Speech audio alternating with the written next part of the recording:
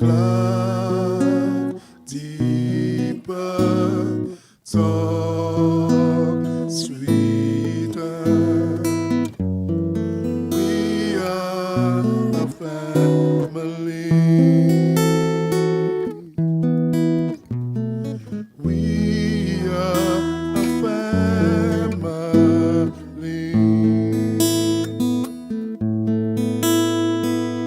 I need you, you need me. So let's love deeper, talk sweeter. We are a family. We are a family.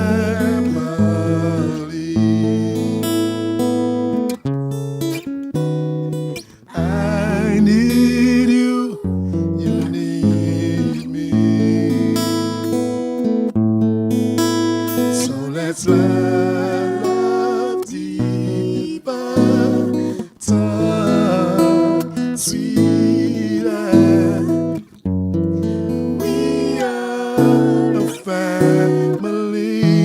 Nog so laaste maal stil, Elizabeth. Want ek sien hulle het my mic afgesit hier. We are a family. Ek lanklaas oor die mic gesing man. I need you, you need me. So let's love deeper, talk sweeter. We are a family. Thank you. Thank you very much. Thank you very much. So now, that was lekker, né? Opening up after the good coffee and the nice muffins and croissants that we had. Good morning, ladies and gentlemen. Welcome back to day 2 of our Mad Indaba. It's good to be here. It's lovely to see all the faces again, even for those that joined us today. Welcome to those joining us online. Welcome via the YouTube stream. We want to say welcome to you. I know our partner, Adapt in Johannesburg, they are joining us via the stream. So we want to say to them good morning on that side as well.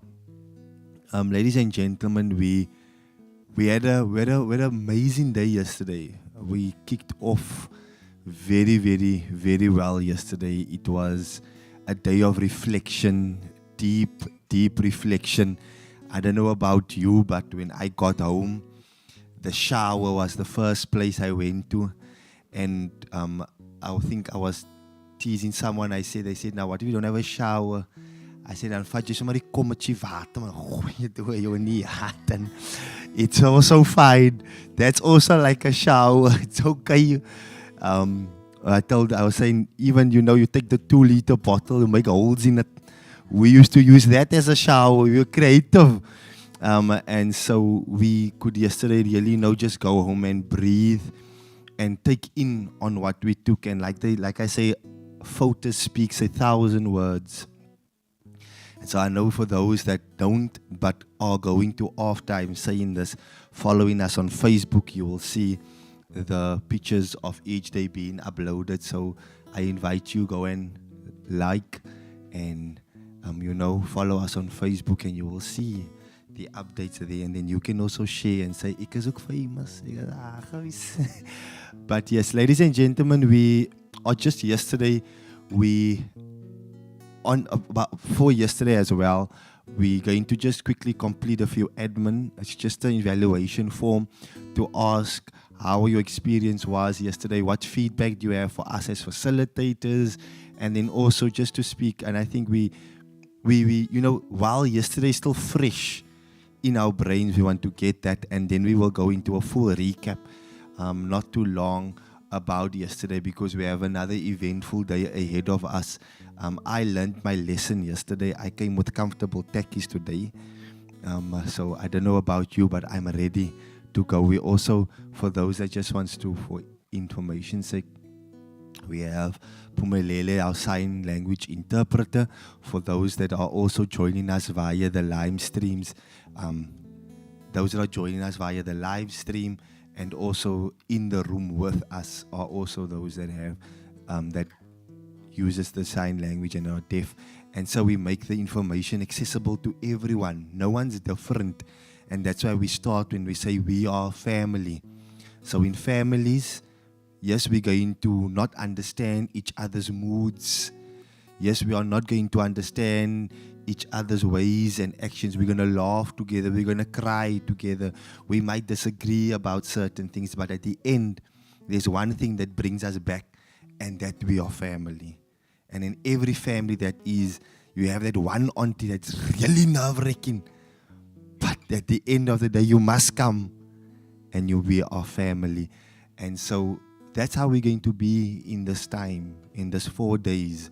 And this, the 3 days that still lies ahead, is that we will journey. We will journey as a family, and we will assist one another and help each other because we are family. So I'm going to hand out the evaluation forms, and then I'll give you about just 10 minutes to complete that, and then we will go into our full-on program. Thank you.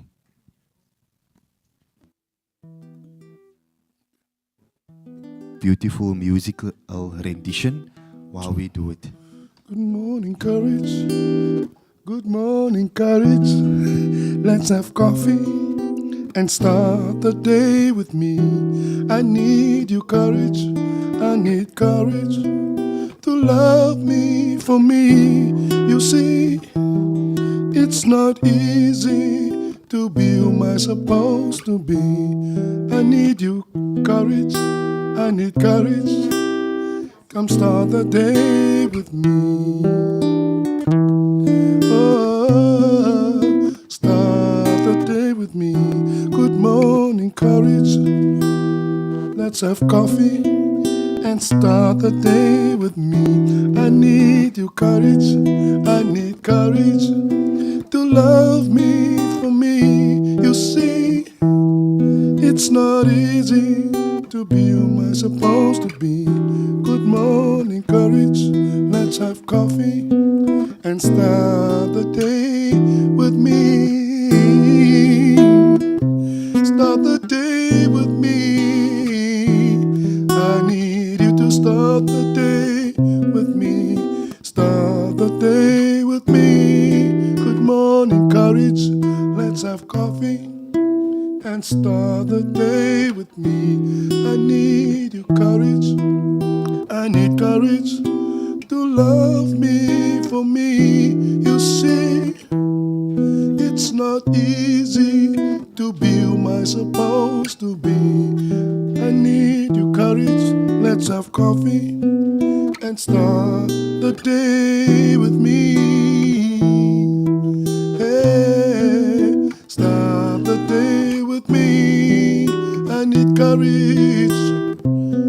I need courage to start the day with me. I need to start the day with me. Good morning, courage.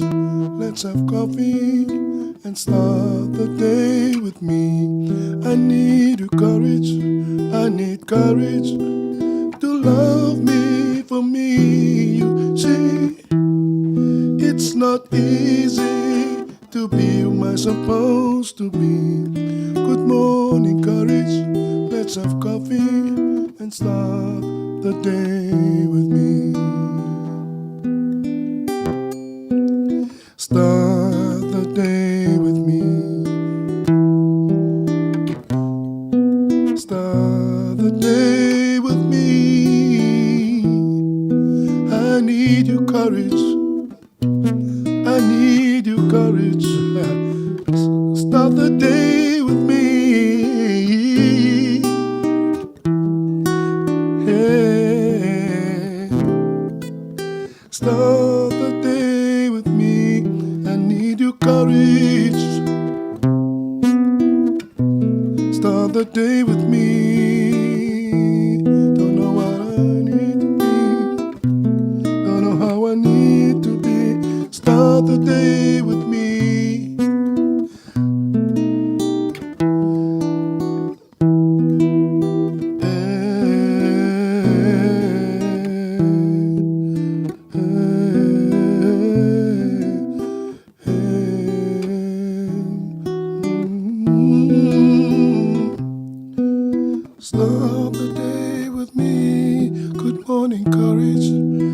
have coffee and start the day with me.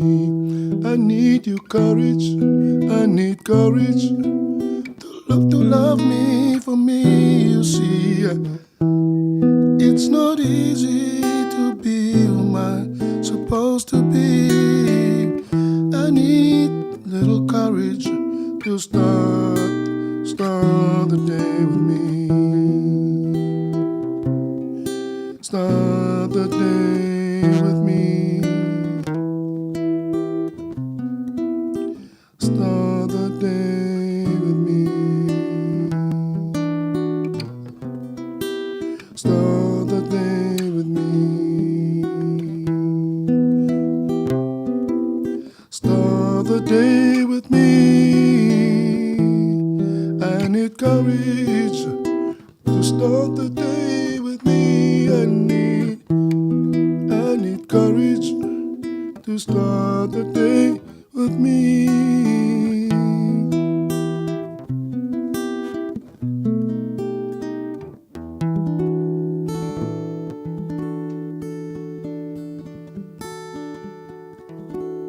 Oh, we're almost halfway through.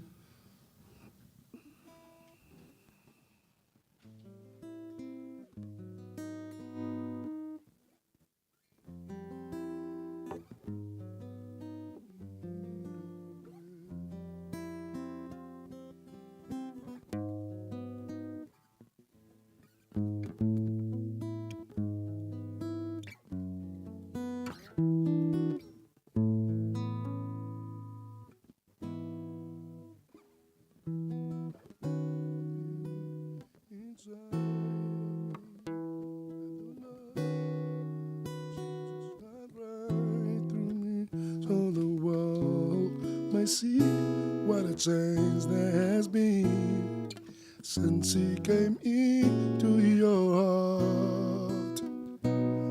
Hold on to the beauty inside of you. Let the love of Jesus shine right through you, so the world may see what a change there has been since he came into your heart. Hold on to the beauty inside of you. Let the love of Jesus shine right through you, so the world may see what a change there has been since he came into your heart. Hold on to the beauty inside of you. Let the love of Jesus shine right through you, so the world may see what a change there has been since he came into your heart. Hold on to the beauty inside of you. Let the love of Jesus shine right through you. The world may see what a change there has been since he came into your heart. Hold on to the beauty inside of you. Let the love of Jesus shine right through you, so the world may see what a change there has been since he came into your heart. If you are done, you can just pass the paper to the end, the evaluation form, and then we will collect it from the nearest end, and then you can. Or Dr. Elizabeth, baie dankie, will collect it for us.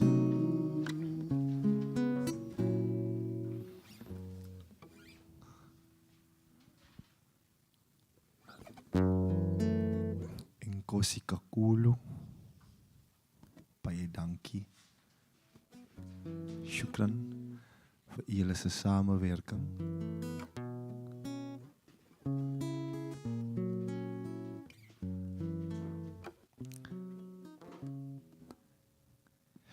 Ladies and gentlemen,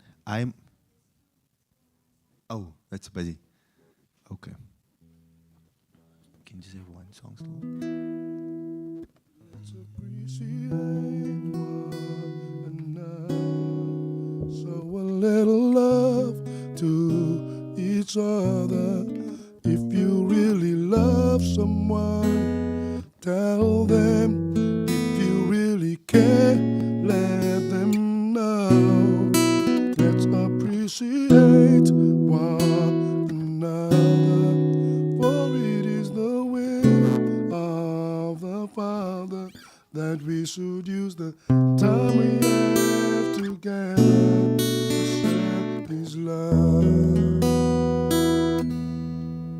Let's appreciate one another, show a little love to each other. If you really love someone, tell them. If you really care, let them know. Let's appreciate one another, for it is the will of the Father that we should use the time we have together to share His love. Let's appreciate one another, show a little love to each other. If you really love someone, tell them. If you really care, let them know. Let's appreciate one another, for it is the will of the Father that we should use the time we have together to share His love.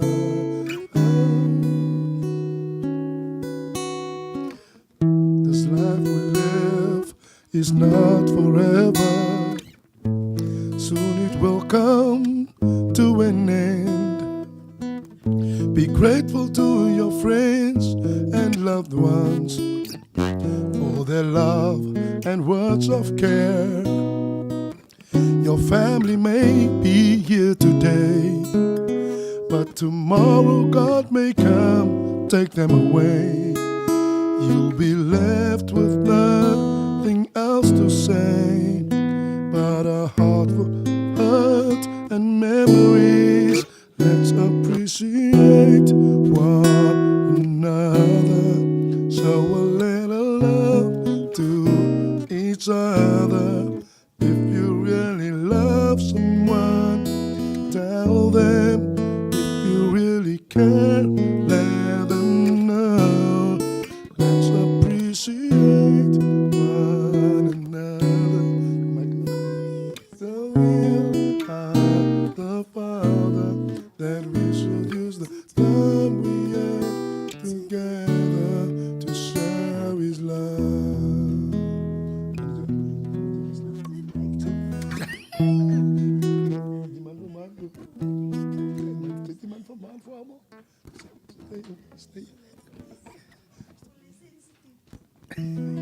Hallo. Dis aan. Ja, maar jouw mic is aan.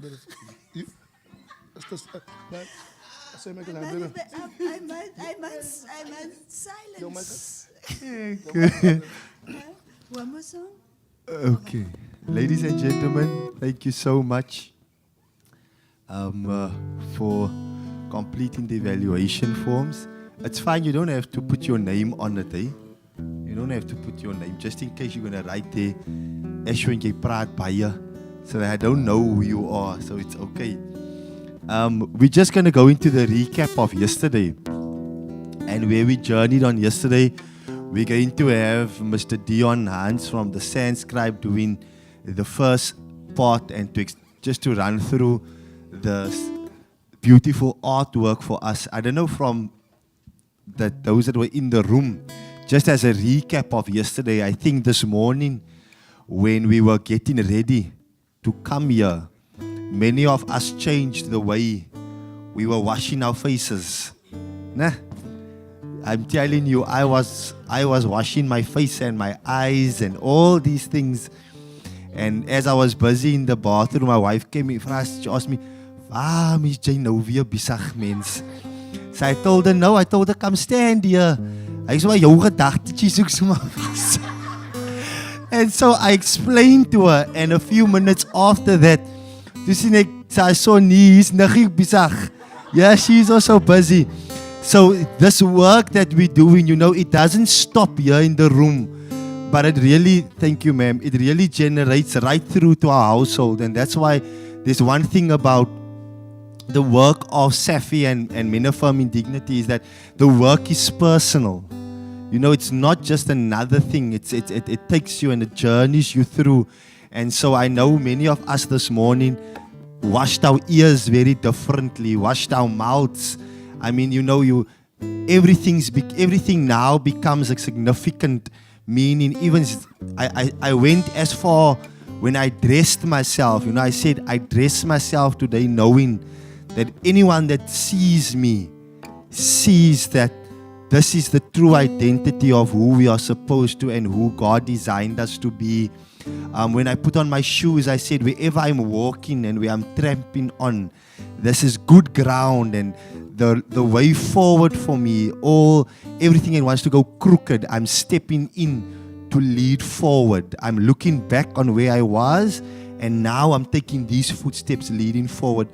Getting off this morning with the public transport in town, I greeted the ground that I stepped on, because I knew that those that were here before me, my ancestors, they roamed the spaces because their footsteps walked here. They were once here, they roamed this is where they called home. And so I greeted the ground, I respected that the sacred space I'm walking into. I went as far yesterday when I left here, myself and my family went to celebrate my sister-in-law's birthday, and we were at Waterfront. And when I stepped off that ground, I greeted the ground, and I greeted the presence of those that once roamed this space and that wanted that before I used to go and feel I'm not wanted here.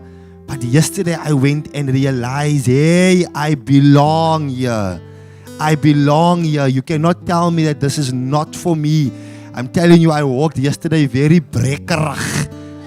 You know, because I understood that I'm not going to accept the lies that was imparted in me, but I'm walking now on truth. So yeah. Okay. Before the soundman silenced me also. Oh, how must I time you? Okay, no problem. We'll time you via Roderick. Just go silent.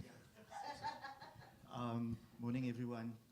I still have goosebumps from what Ashwin was sharing.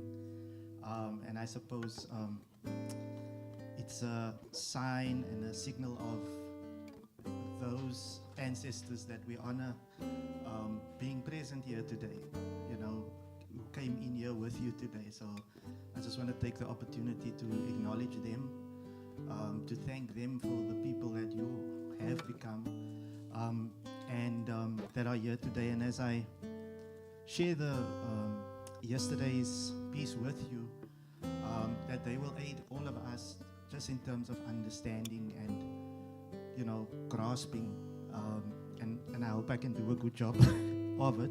I've just written down some things in case I drift away. So yesterday was all about looking back, because we can't look back before moving forward, because our pain is in the past. And you will see this is not Lucifer down here or the devil. This is an ancient symbol, the horned serpent, right?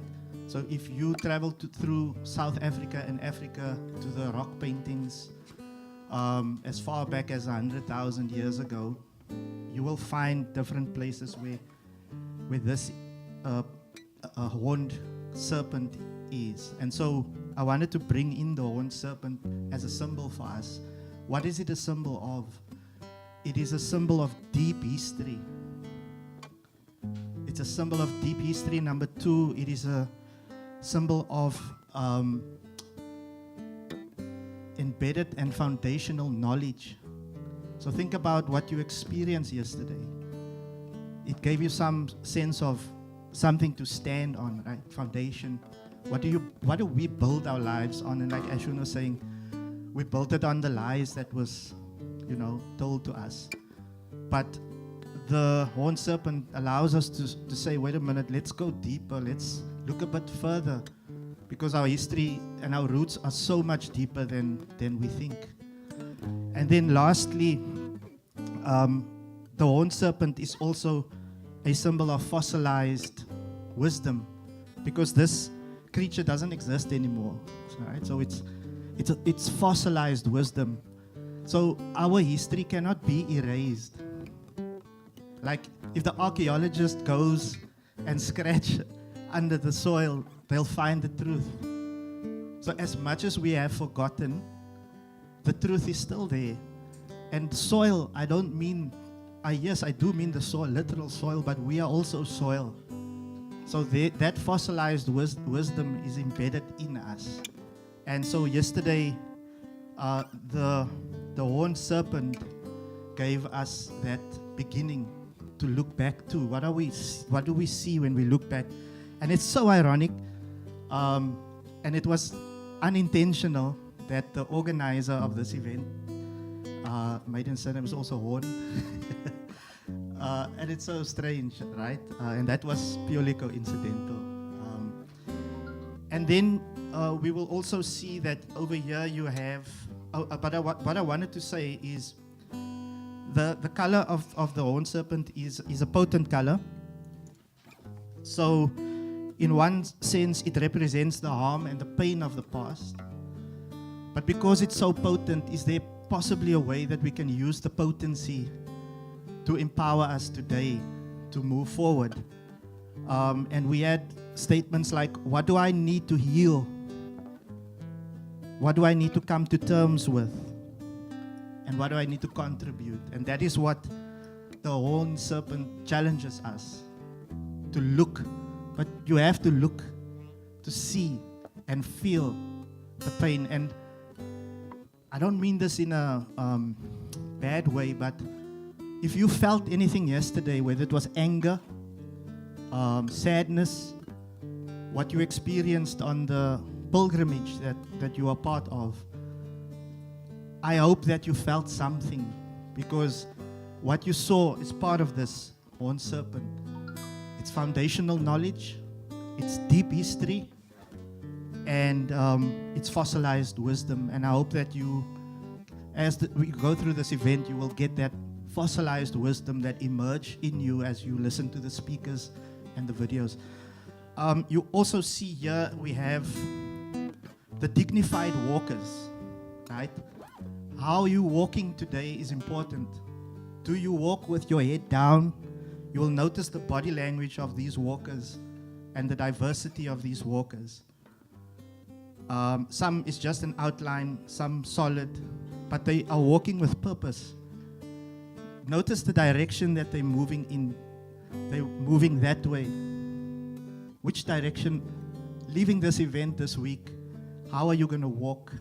And that's a question I want to leave with you.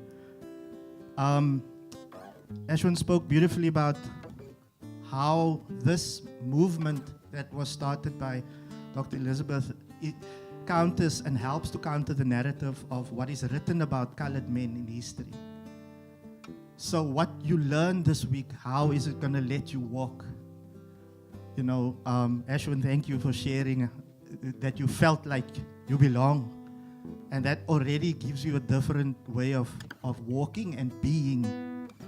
And then you'll notice at the top, it's part of the logo, where we saw the network of Safi and the impact that they're making and the contributions that they're making in communities like Düsseldorp, Atlantis, Elsies River, Lavender Hill, Johannesburg, Bonteheuvel, Oudtshoorn, and all those places that he was sharing, so that we learn how this is already taking root, it's already taking shape, and it's not insignificant. It's very significant, and the purpose behind that was to initiate and spark sacred conversations. And this is such a beautiful word, sacred conversations. because everyone in the room's voice matters. And it is my prayer and desire and vision that you will become a sacred conversationalist, sparking these things. And so all of this energy flowed yesterday into the light, the candle, in which we honored the life of Daniel Horn and remembering. And I think that was for me, yesterday the core message is to remember. It's a remembrance. And Dr. Fungani framed it beautifully for us, that what is happening here and what she learned from his life is how we can center African perspectives in our life. How there's actually a framework now. It means there's tools available now on how this work can be done, so that it's not theory anymore. It's something that you can grab on and actually go out there and do something with in the spaces where you find yourself. And the core message out of that was a person is a person through other people. I am because you are, which is the heart of the message, and we have it here in the middle. But there's also some interconnected figures that you see. You see the passing down from Daniel Horn to Dr. Elizabeth.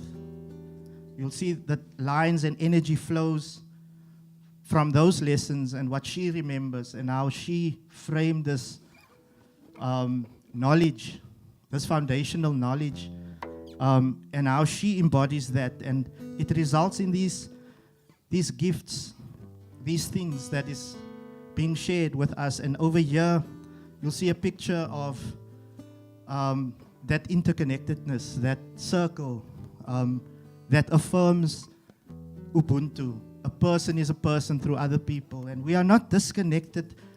Yesterday was spoken about the divisiveness of the narrative that started in the church, and Ashun is going to talk more about that, how it was engineered to divide people, men and women, people, different colors, races, religions, especially here. And we were made to believe that we are separate, that we cut off, but we're not. Because the ancient wisdom teaches us this, Ubuntu, that I am because you are. And I think that is the secret weapon and powerful, potent message that for me emerged yesterday. So I will stop there. Thank you. Thank you very much. Thank you so much, Dion, for that beautiful inscription there and explain. So I'm going to do the second part of yesterday, and this is where, is it on? Yeah, there we go. And two. Of yesterday when we left here, heading on to the Grote Kerk. And this is where I think I dressed myself very unique this morning. When I put on my socks, I said, I'm covering my feet from the lies that's rooted and planted in the ground. And I'm putting on my shoes to trample on those lies. And this morning while speaking to Dion, I came in and when I looked, yesterday, even before this morning, yesterday myself and Dr. Elizabeth came back here, I said, look there's the church. They weren't even there, but the color of the church is just as it was supposed to be, because they first painted it black and then he went over it, and so it gives exactly the color of the church that we were in yesterday. There's one statement that I wrote down on my phone while I was sitting there, and that was that when you are uninformed, you accept the lies that's being informed. But when you are informed, you can address the... What now? Oh, Pumelele, just come in. Okay, there we go. You can address the injustice that's being spoken. and you can address it with truth. And when you can release truth, it becomes so powerful. And I think yesterday we sat there listening to this individual speaking and bringing and saying what the history of the Grote Kerk is, and it's the very birthplace of certain things. I think Earl and Anastasia were witness when the tour guide went inside. I ran outside and I went in and I went to go check if the pulpit is open because I wanted a view from there. And because my pastoral skap, man, if you see a pulpit, you just run for it. You're just drawn to the pulpit. I don't know, Pastor, is dit ook so gevoel? Miskien you just want to go to the pulpit. So you can't just sit here. Ek voel, I want to be there. And I went yesterday and I stood from there, but the view I had from there wasn't as a pastor view. It was standing and you had a view of looking right across the whole church. And then the scary part is you standing on the bones of someone that spread lies and also brought injustice to the soil of Cape Town. And that stole from our forefathers. And I stood there and I said to myself, dankie Here, ek trap op hierdie kop vandag. Ja, hond. And so I was, thank you, Mr. Dungas, that you must now said, he's buried here. So I can summa trap on him very good. But you heard the lies once again that was said that, no, it was Europeans that built it. They didn't build that place. It was our forefathers that built it. And I shared this morning with Earl, I told him, how it strips your dignity from you, that the very thing that you built, you're not welcome to come sit inside and enjoy it. You are limited to sit there. And so that's what happened yesterday at the Grote Kerk. It was nice to be inside, but it was also irritating to be inside, because it was lies that was again being said. Oh, it was them that brought the gospel and they were good and hallelujah for them. No. We knew our people know God. We knew our Creator. Our ancestors knew their Creator. And then we moved over to the slave lodge, which is not far from there. The very place that was supposed to opposite be a place of light was also helping bring darkness to the very place next door. And how sad is it that on one side, the so-called good news is being preached, but on the other side, injustice is being done to the very people that these grounds belong to.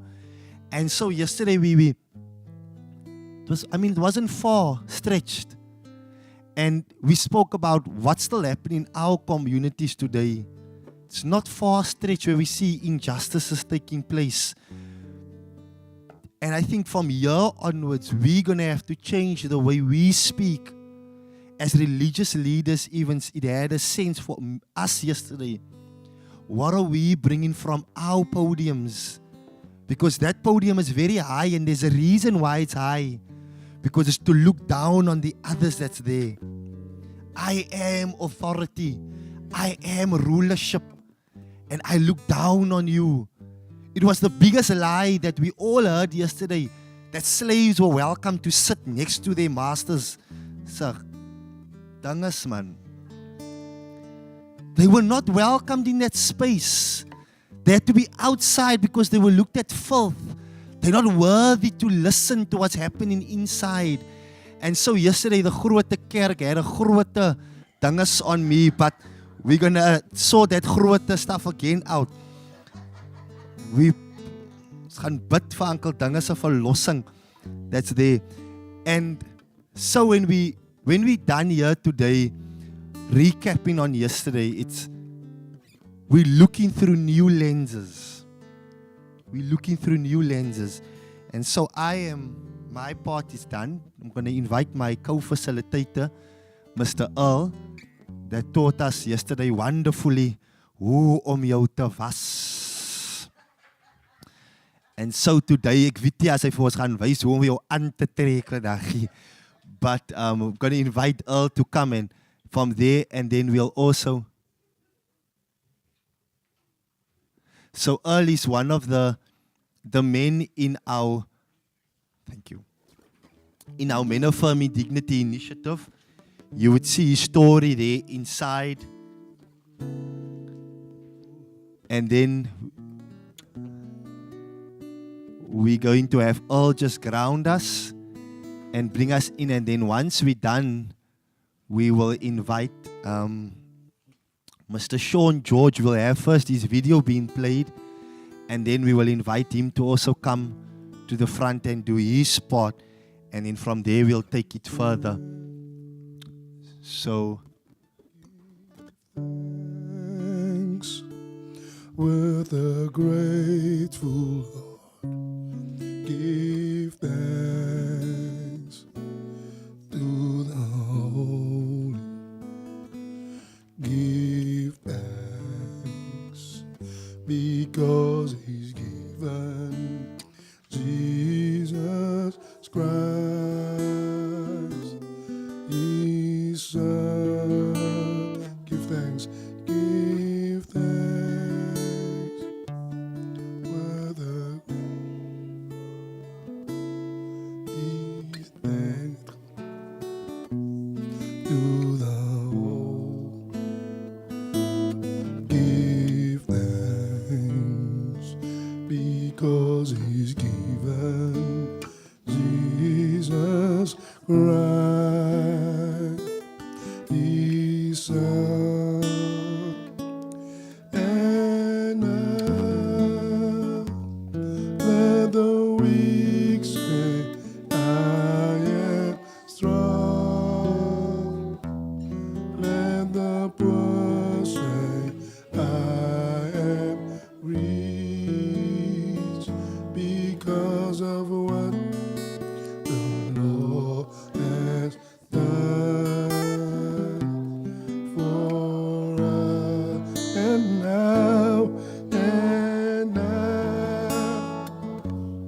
let the weak say,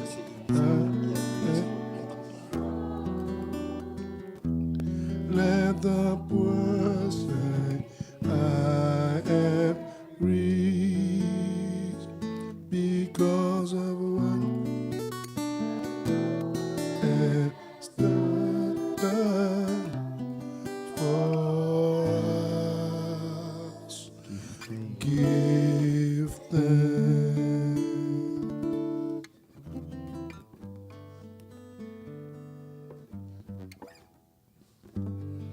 He alleen is God.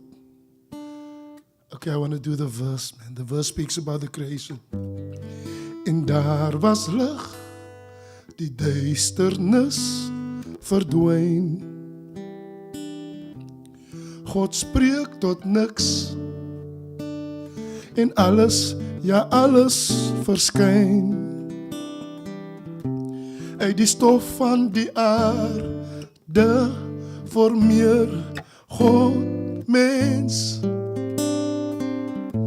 Blaas in hom lewensasem en hy word 'n lewende siel. U alleen is God, daar is niemand soos U, o Heer. Aan U behoort die eer. U alleen is God. U alleen is God, daar is niemand soos U, o Heer.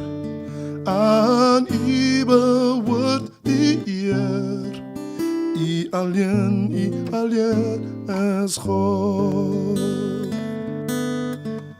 U is God van die hemel, God van die aarde, God van die bergen, strome en dale, God.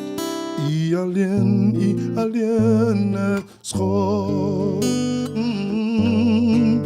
U is God van die hemel, God van die aarde, God van die bergen, stromen en dalen God.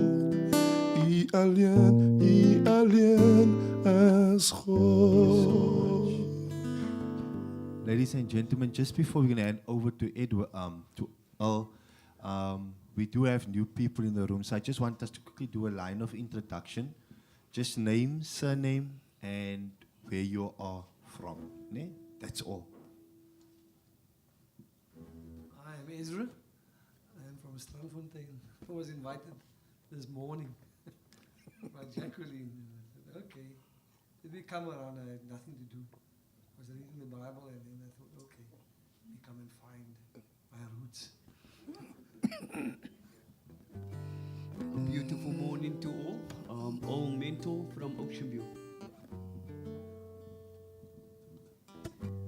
I'm Dorothy Mini, and I came with a group with David Weber from the Overcoming Stroke organization. Good morning, everyone. I'm Geraldine Weber, and I'm part of the Stroke Survivors Group. Good morning. I'm Neville. I'm from Mitchell's Plain, and I'm also one of the stroke survivors. Good morning, I'm David Weber, Mitchell's Plain, Portlands. Can we just get a mic quickly, Mr. Earl, just for Ms. Pumelele? My name is Pamela. I'm from Kailicha. Thank you. Good day, I'm Sean George, and I'm from Sean. I'm Sean from Lauren. Yeah, I'm from Alive in Cups. I'll have a chat with you later. Thank you so much.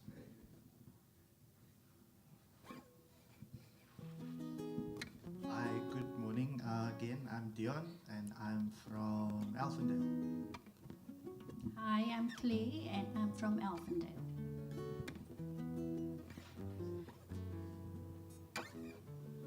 Hi, I'm Sharon. I am from Binauni. I'm a GVV survivor. Good morning all, I'm a rescue partner. Good morning, everybody. I'm Anastasia November. Good morning, I'm Abby and I'm from Malmesbury. Good morning, I'm Lulu, I'm from Tableview. Morning, I'm Nikita. I'm from Ashland. Good morning, I'm Janine and I'm from Mitchell's Plain. Good morning, I'm Cesmai from Atlantis. Good morning, I'm Esther Moses from Atlantis.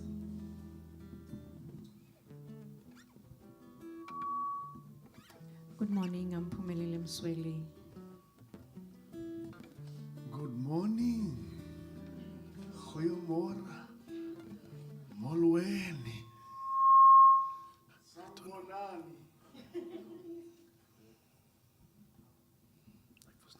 Lekker om weer saam met julle te wees, né? Good to be with you. Good to be with you. Is there anybody that has a question about anything that happened yesterday? Or anything that you still want to know? Just before we go into this morning's conversation, a question or a comment. Anything that you want to say about yesterday, you want to say, so that your voice can come into the space in a different way. Enige iemand?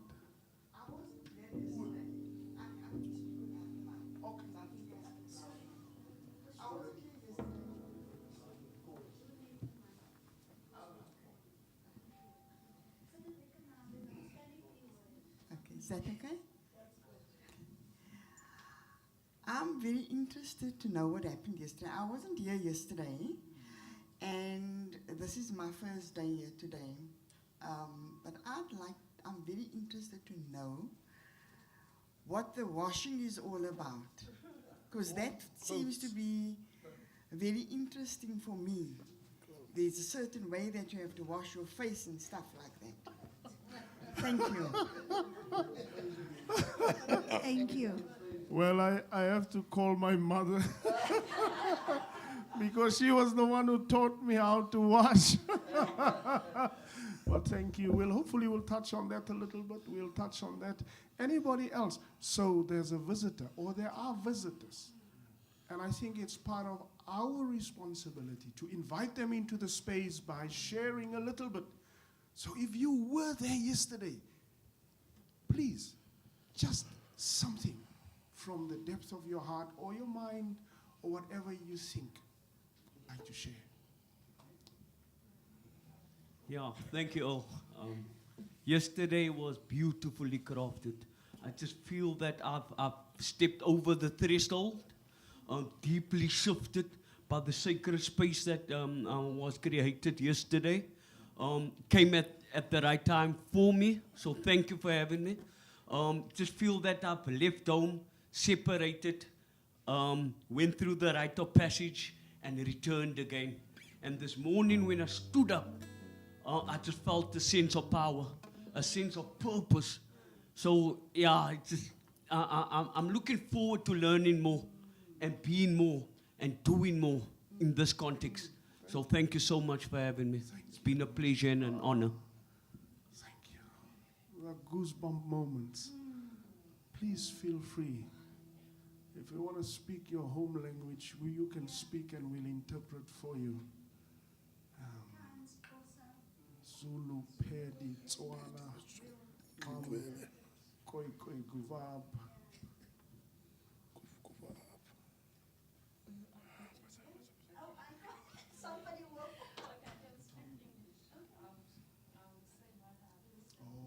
Mommy, yesterday it was Papa Daniel's birthday, the founder of the MED. Yes. So yesterday we learned about apartheid, what happened that time, how he was treated, and I was so touched because I have not heard from what really happened that time, but as we're taught about his experience, and it opened my mind that he was mistreated, he was bullied, he was disrespected. He faced a lot of challenges. Even though he faced those challenges, but when he got home, he still loved his family. He treated everybody with love and respect, and that touched me because for me personally, if I'm going through something, I'll take that experience to my children. But yesterday, I left here with a different perspective, like when you are head outside and then you come inside, you go home, don't take your frustration, leave it outside the door and be a parent to your children. And that is what I want to do to my own family. Thank you.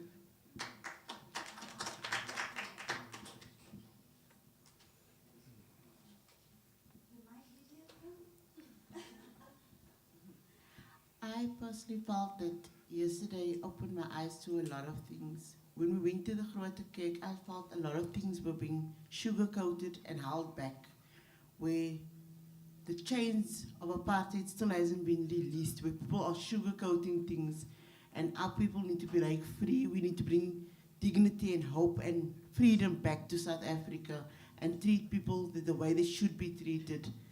The chains of apartheid need to be broken once and for all.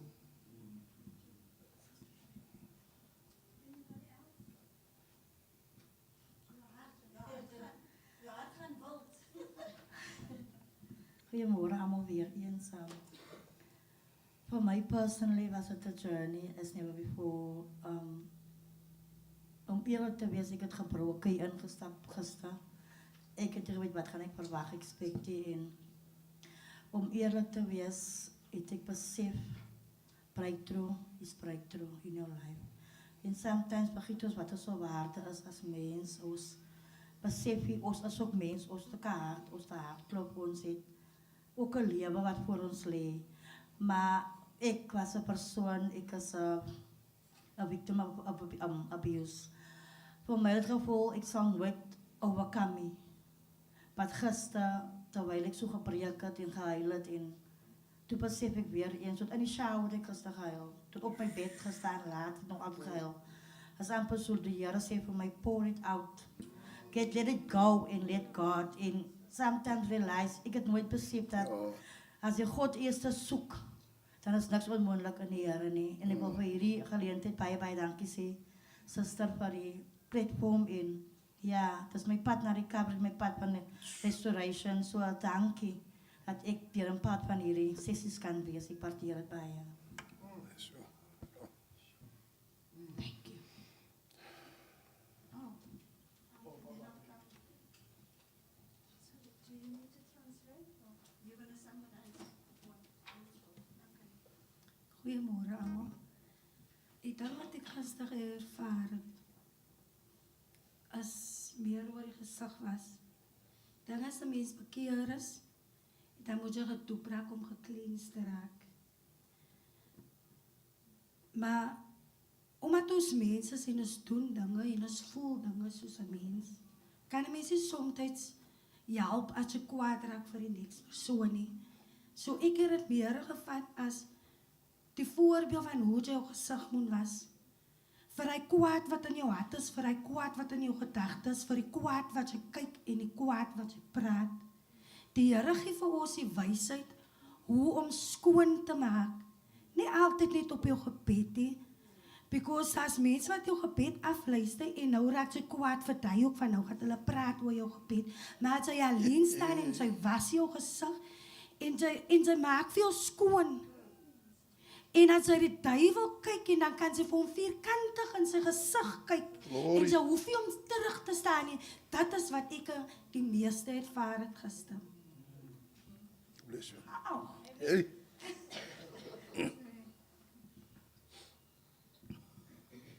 Yesterday was like a pilgrimage for me. I came through the apartheid era. It was tough. It was really tough. My mother was a single parent, and we were 5 children, so it wasn't easy. And yesterday reminded me of all these things, where it started, and how everything came to pass. And as we said yesterday, as Earl said yesterday, his mom had 3 weapons when they disciplined us. Nou, my ma het sy maar enige iets gevat. Wat is nog van? Dan het sy gesê, ek op bystaan, she takes a knife and just beat you with a flat part of it. And things like that. So we came through a tough time. But looking back, we see, as I was standing in the slave lots, looking through the pictures and everything, reading stuff there, I see where it all started. So we can thank God that He's brought us thus far, and He's brought us through many things, and we're still standing today.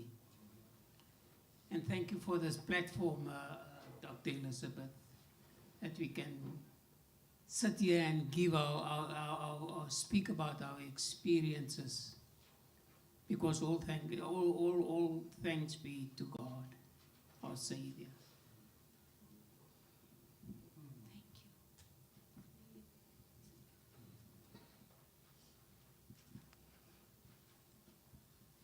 So, started with the grote kerk. I was so astonished by the box way of sitting in church.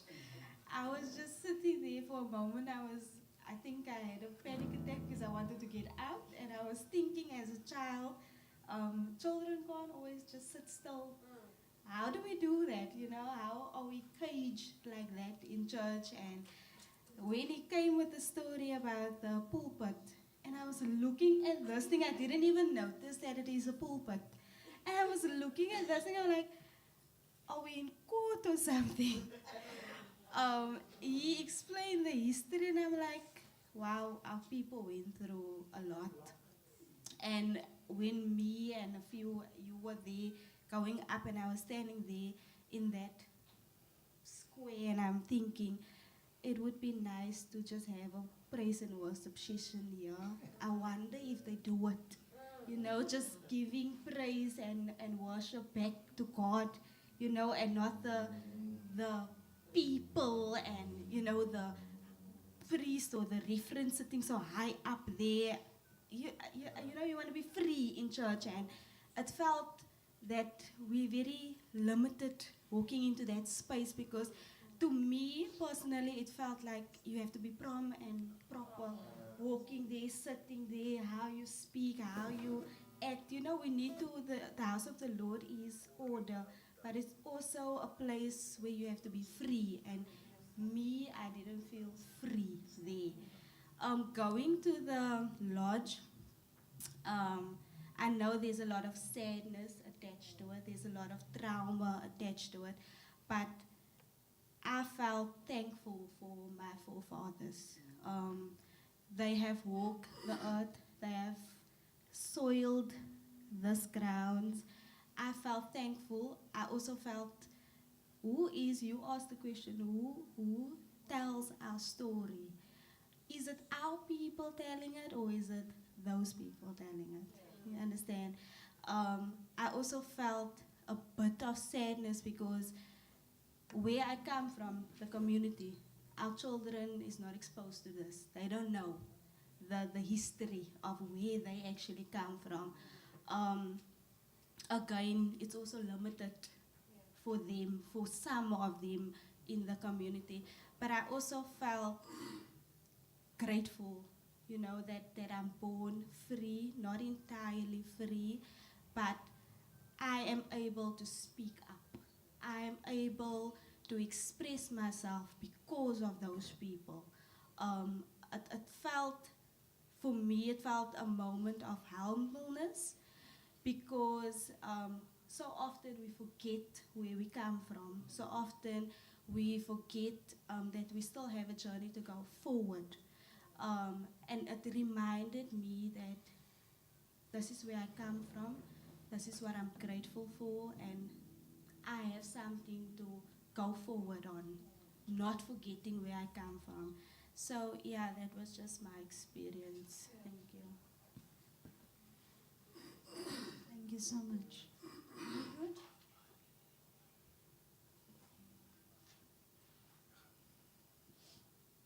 Oh, Wow.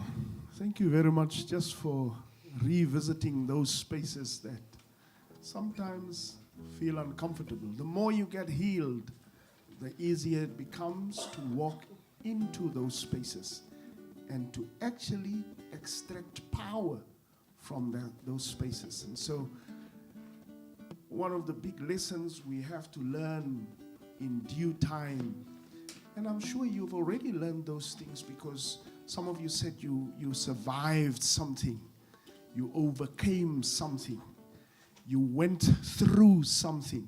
And when we experience those kinds of things, we definitely extract wisdom. But what is important is you have to pause. You and I have to pause. And I think what SAFI is doing, the South African Faith and Family Institute, do you know this big word? Can you hear it now? Do you know this big word? Yeah, SAFI. Say SAFI. SAFI.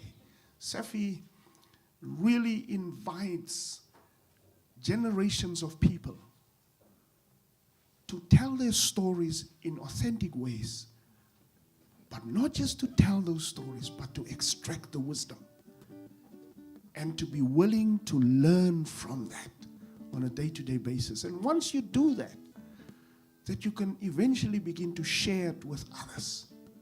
And that's one of the reasons why our ancestors are so important.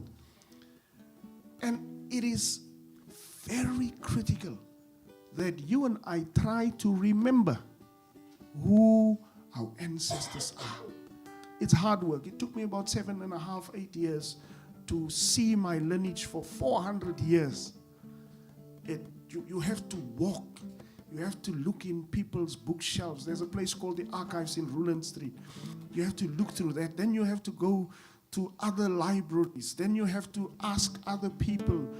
Jy later voel jy, ag Here, ek het die tyd vir die strontie.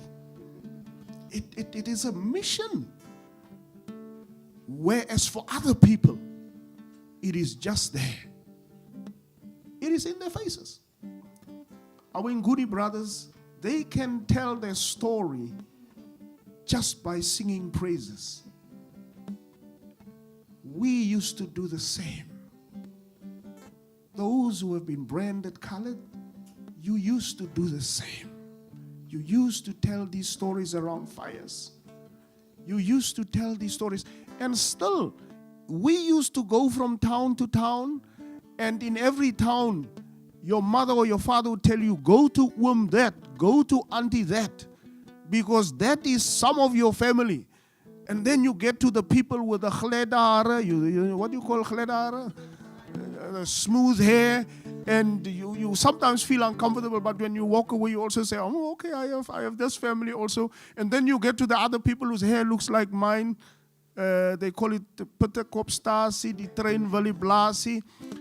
But it's part of it. It's part of us. Everything is part of us. In every town, there's family. There's family. And I make sure that my sons, I have a 7-year and 11-year, and then I have a 34-year-old daughter. I know you are calculating.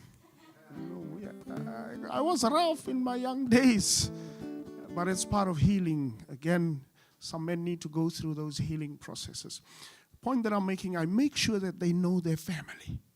And then there's another part that I introduce them to, that family is bigger than us. And earlier on, my brother here was so profound in saying that we are interconnected. Dion said the same. We are interconnected. Also, and most of you that are blood-washed children, you know this thing, you still say that? I'm a blood-washed child of God. Eh? It means you are brothers and sisters. So next time when you want to marry someone, think twice. Okay, that was just a joke. Just a joke. The first part was real. The first part, we are brothers and sisters.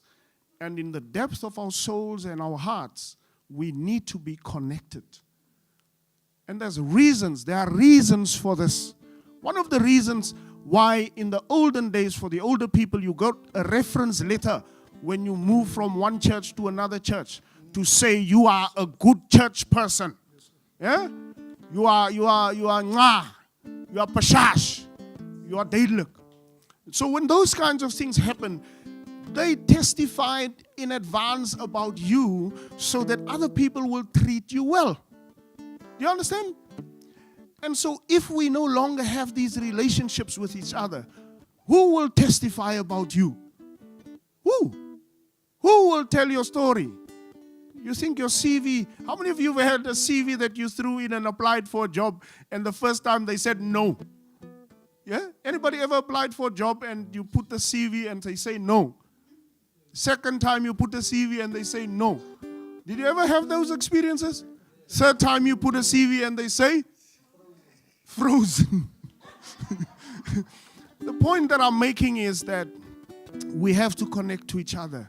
And sometimes one of the most meaningful ways to connect is sitting in these circles, building sacred circles for yourself, for your family, for young people, for your church community. Wherever you are, build sacred circles. Build sacred circles.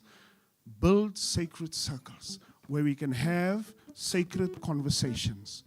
And if you don't, the word sacred actually just means normal. It's the most normal way of being. To be holy, do you know what holy means? Anybody know what holy means? Is hier 'n vasvraag vraag nie? What does holy mean? Holy. Holy. Holy. Holy. Holy. Pure. Someone else? What does it mean? Clean. Full of the love of God. What else? Perfect. Others? Now I'm going to say to you something. One of the simplest ways to understand the word holy is that God has filled all your holes that is broken and restored the parts that needed restoration. And so you are now whole. The word perfect means mature. If you read the Bible, the word means we are mature. Mature. It doesn't mean we don't have flaws, but when our issues come up, what happens? We respond maturely. That is holy.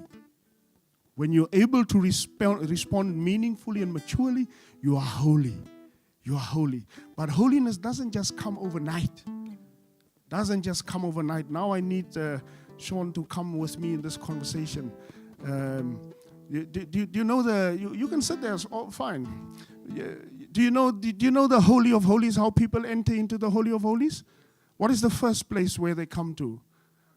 The outer court. What is separating people from the outer court to the next stage? A gate. So you have a gate. You have a gate you need to enter in. And so I'm going to try to explain to you this in a biblical way. In a biblical way so that you can see and make sense of it. That before you enter the gate, what is the song? Enter his gates with thanksgiving. So when we talk about this face washing, it's speaking about a sense of awareness of gratitude, a deep appreciation for myself, for I need thee, O Lord, I need thee. Do you know those songs? Yes, sir. I need thee, oh, I need thee. Yeah? I need thee. Hour, I need thee. You can also say every second, I need thee. I need thee, Lord. I need thee. Oh, I need thee. And so Rites of Passage speaks about that. It speaks about your entrance into the most holy place. But it goes through stages, step by step. You are invited every time to go deeper. And so what happened yesterday for you, my sister, was you just came to your first phase. And now Spirit, life is inviting you deeper. Spirit and life can also be destiny. So the question you must begin to ask is, what is my destiny? What is my destiny? Have I found my destiny? Did I find my destiny? Now, a lot of you sitting here, how many of you know your destiny? Let me ask this question. Do you know your destiny? This is a trick question. Do you know your destiny? Malmesbury, speak to us. Let the voice from Malmesbury rise. Do you know your destiny? Okay, she's joking, she's lying. Call us, Izzy. Do you know your destiny?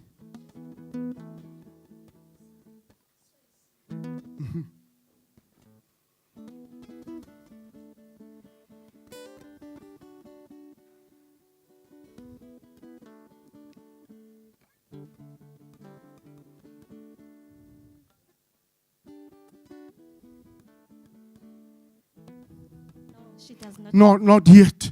Not yet. It's fine. It's fine. It's fine. But this thing of rites of passage is an invitation to get to your destiny. That is the big thing. Now, yesterday I introduced you to the water, and everybody was fascinated about the water. The water is the first phase. It's the place where we enter in the Bushman traditions, in the Kam and the Kwena traditions. Where we go in is through the water.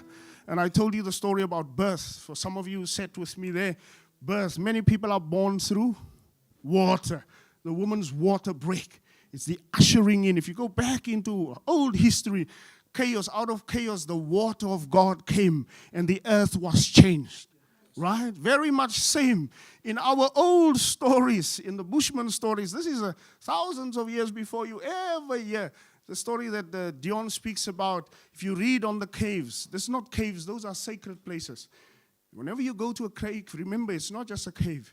It's a place where God visited our ancestors, spoke to our ancestors, and told them messages for those who need to come.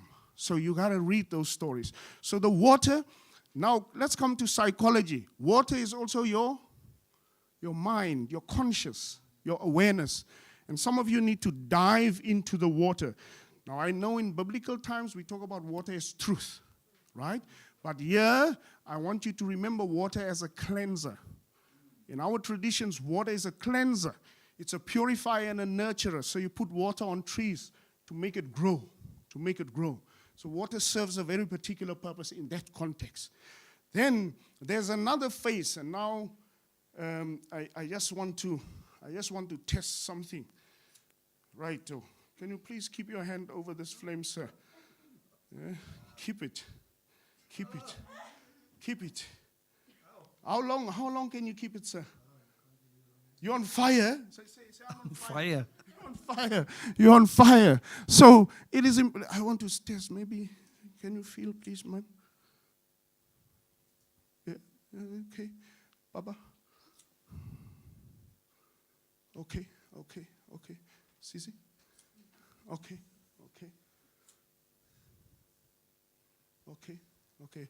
What happens? What happens when the flame?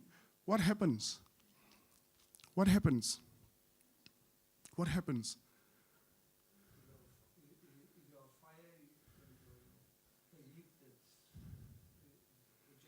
Yes. The heat, you can't stand it. The heat, you can't stand it. Let's try. Don't be afraid. Keep it there. Okay. So in Bushman traditions, the second phase, when you go through the water, when you have been called to come into the work of the Great Spirit Creator, when you have been called, the second thing that you need to do, so when you washed yourself, and you do it every day, the second thing that you must do is you must burn yourself. Oh, sorry, I'm crossing. I'm crossing, sorry. So you must burn yourself.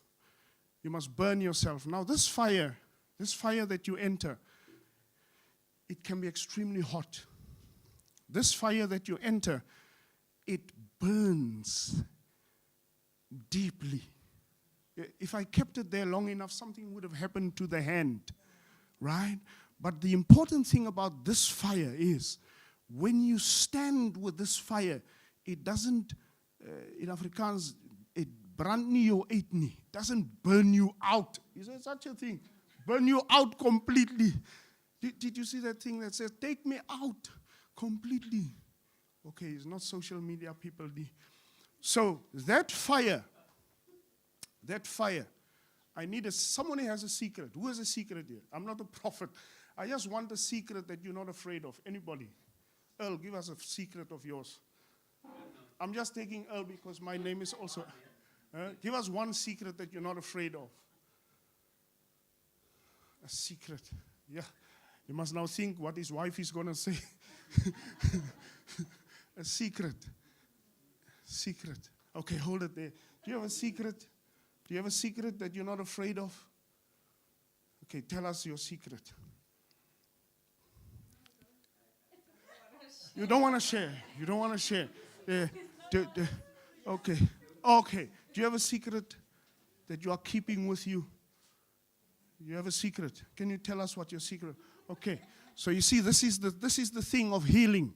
Before you can ever enter into the throne of healing, the water in the biblical times is also the place of the mirror, where you look into yourself.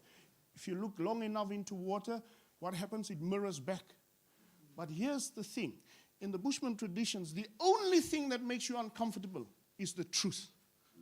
The only thing that will make you uncomfortable is the truth.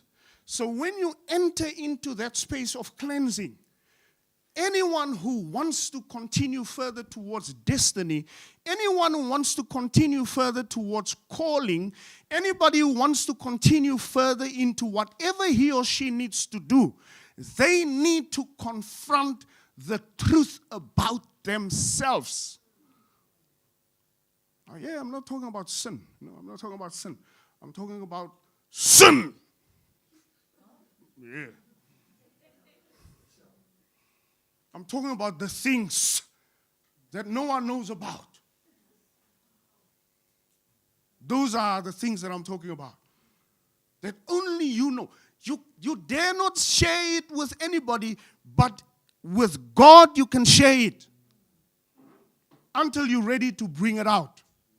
Anybody ready? Earl, are you ready to tell us a secret?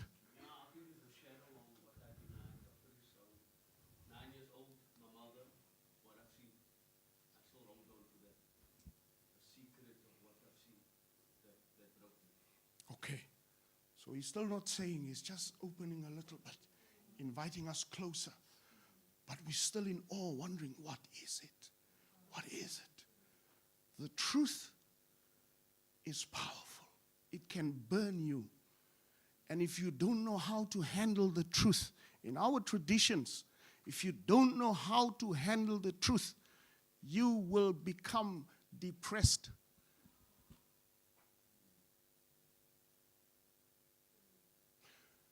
If you don't know how to handle the truth, you will become angry. If you don't know how to handle the truth, you'll become violent. And some of us, julle gaan stil stype kry. You just quiet. You just quiet. What's happening with you? Something wrong? No. Meanwhile, something is eating you on the inside. It's eating you on the inside because you have not developed the courage to trust trustworthy people with the truth. And so we have a circle of elders that we allow into our presence. We go into their presence and we speak truthfully about anything for the men, especially young men. So I was abused when I was young. That's one of the reasons why they put me on these machines. I was abused, but I never spoke about it. But it made me angry. Whenever I saw men, I could, you know the thing. Do you ever see that thing?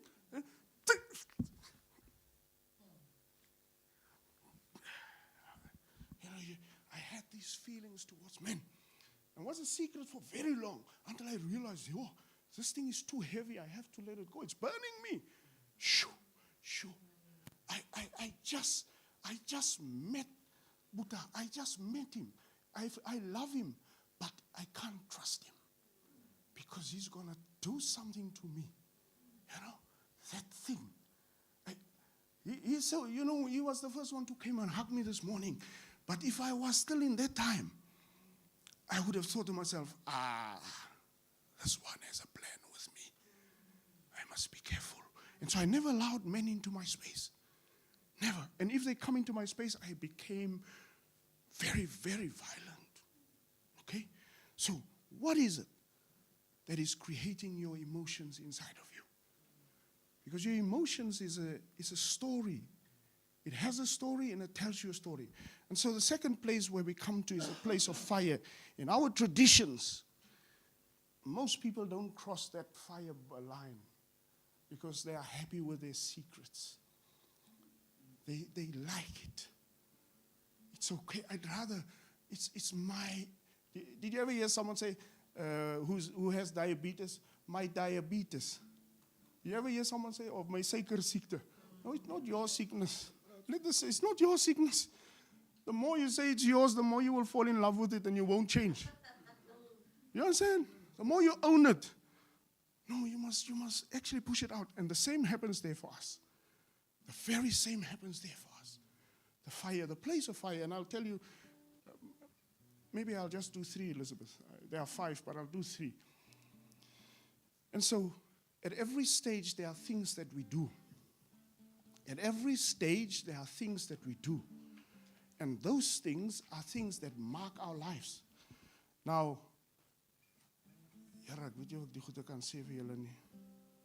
not sure if I can say these things. But anyway, so part of the cleansing, between the water and the fire is they cut behind your legs and other places and they take the stuff out. Moenie my bestraf nie. Don't rebuke me now. I just want you to understand there are different forms of experiencing change and transformation. The fire is a place of transformation. But in some of our lives, like some of you, when you want to go on a diet, you must first get rid of all the fat molecules that's hidden. And certain things in our traditions, we allow you to get rid of the impurities through fasting. So one of the ways is for 7 days you fast, and then they cut in some of your places, and some blood comes out. They pray over those blood, they bury that blood, and say, this blood must never come back to you again. Okay? It's a symbol. It is not, it is not bad. I thought it was bad. Remember, I was in the church for 33 years of my life, and I really thought these things were evil things. It was not evil things. It was just ways of trying to help us make sense of what is happening in our bodies. And today, I can tell you before heaven, I feel so much lighter for the things that my mother did for me when I was 10 years old. 10 years old, she took me through a whole process. The people danced around me. It was a thing. It's like a 21st birthday. And at that 10th year celebration, let me call it a celebration, what happened? They gave me a new name, and that name defines me. One of those names you actually see on the machines with MAD. The name is Automao. That name stays with me because I went through something. And I won't tell you all the secrets of that, but then there's another name that I got. And so all these names mean something. When something changed, something new came. But you can't get something new if you don't let go of old things. Okay? And in church, we do this exactly the same. We teach you how to do it, but we don't do it on a day-to-day basis. Okay? So, you need to deal with your truth. Every one of us need to deal with our truth. Because if we don't do that, we will not be able to go fully into our future. It's a harsh reality. You got to find someone, and I pray, Elizabeth, that there will be a container for us so that people can know they can come back to that place, or in their communities there are places where they can go to, so that in your community you know there's a place of this caliber where we can trust and hold each other. All right? Any questions? Enige vraag van u kant af? Enige vraag? Enige vraag?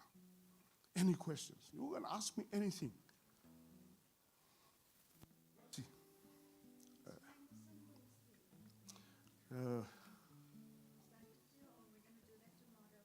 We can do it tomorrow. But here's the last thing that I want to share with you. And so once you go to the fire, after that, you go through another process, and you literally meet with different elders who tell stories. They just tell stories about your family, about where you come from, about almost everything in your life. 7 elders. And for 7 days you fast. My lips are dry now, but there it becomes drier. When I was a Christian, we used to fast with water, but there you don't fast with water. Your fasting is without anything, and you begin to crave the truth. You begin to crave new strength. You begin to wait for God to say something that can fill me up, because everything inside of me is empty.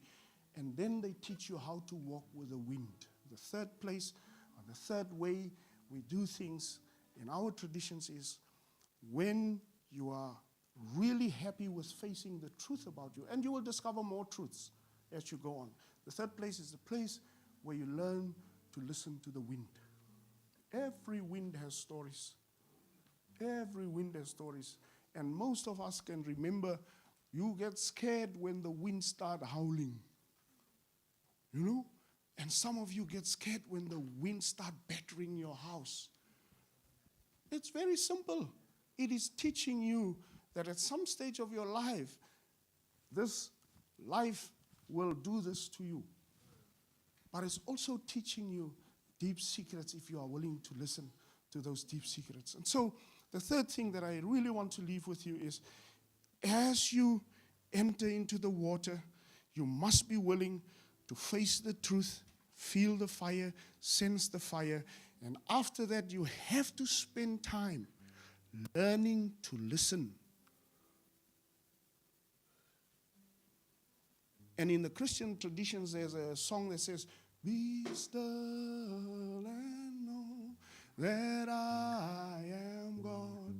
And that's the time during Pentecost where you begin to wait for the Holy Spirit to come. Come, Holy Spirit. That's the time when you learn to listen to the wind. And in the book of Acts it says, hoe die Heilige Gees sal kom, Pastor? How did the Holy Spirit come in the book of Acts? Huh? Tongues of, first the wind and then tongues of fire. Tongues of fire. And it came onto them. But there was this howling wind that broke through this big building. I close with the following. When we die, can you remember how people are buried when we die? What do we say? Huh? Dust to dust. What does that mean? From the ground you came. And to the ground you. What does that mean? Say. Your body is just temporary. Your body. But your spirit lives on. Your body. You're stuck with the body. Stuck with the body. What does Paul says? Who and what does the church look like for Paul? What does the church look like for Paul? It's the body. It's the body. This body. This body. In this earthen vessel. In this earthen vessel lives the Spirit, the wind, the breath, the ruach. But most of you and I, we can't hear the ruach, the wind anymore. We think it's just the wind. We think it's just the wind. And so in ancient traditions, we already did these things. But some of us forgot. We forgot. We forgot how to be silent and breathe.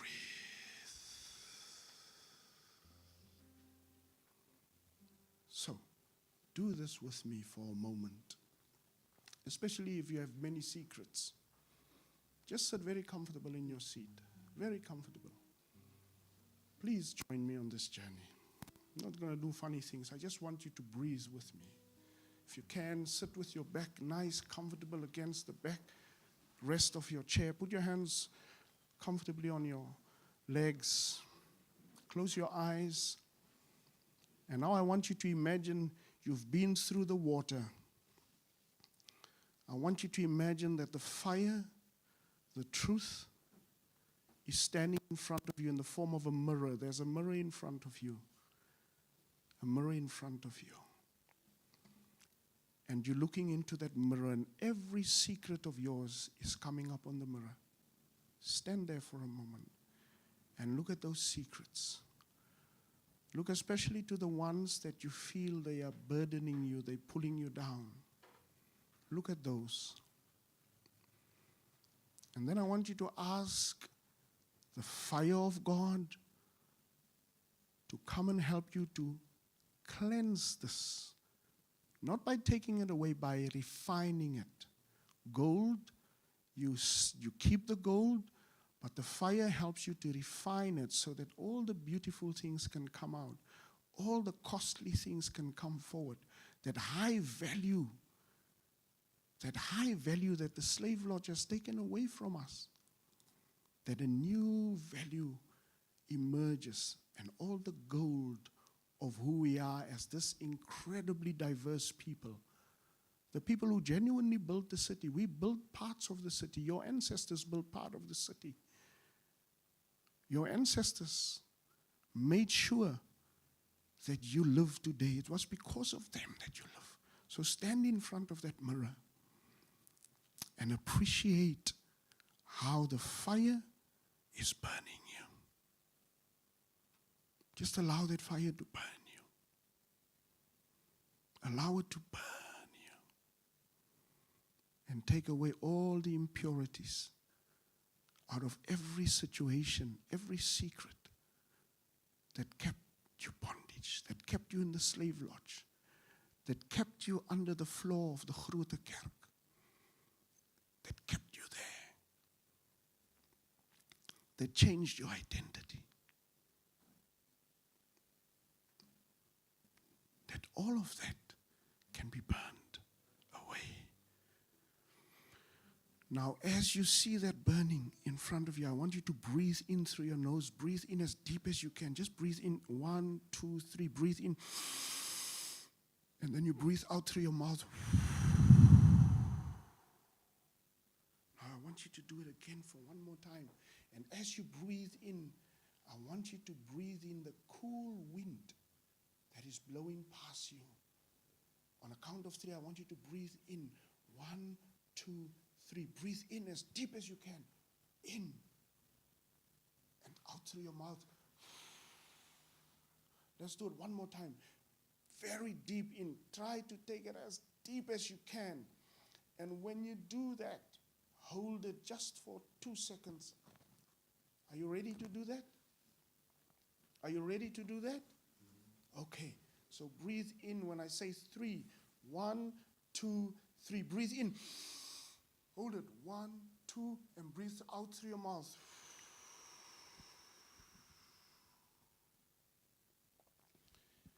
Open your eyes slowly. It was the breath of God that brought new life. And that breath is present in all of us. It's present there. And so, if ever you struggle, you have water and you have breath. People oftentimes ask, why? How was it possible for the bushman to walk and run so far? It was simple. It was the breath. Knowing how to regulate and handle your breath. Knowing how to breathe with the rhythm of life. Not with the rhythm of the city. No. You got to get out of that rhythm. You got to get out of that rhythm. Is it easy? No. Why was I late this morning? Because I had to go to another rhythm first. I had to go to another rhythm, my job. And then I had to come here. And when I was at my work, they wanted to keep me there. Elizabeth always say to me, yeah. You know what that means? You got to finish these things of the world and do the things of God.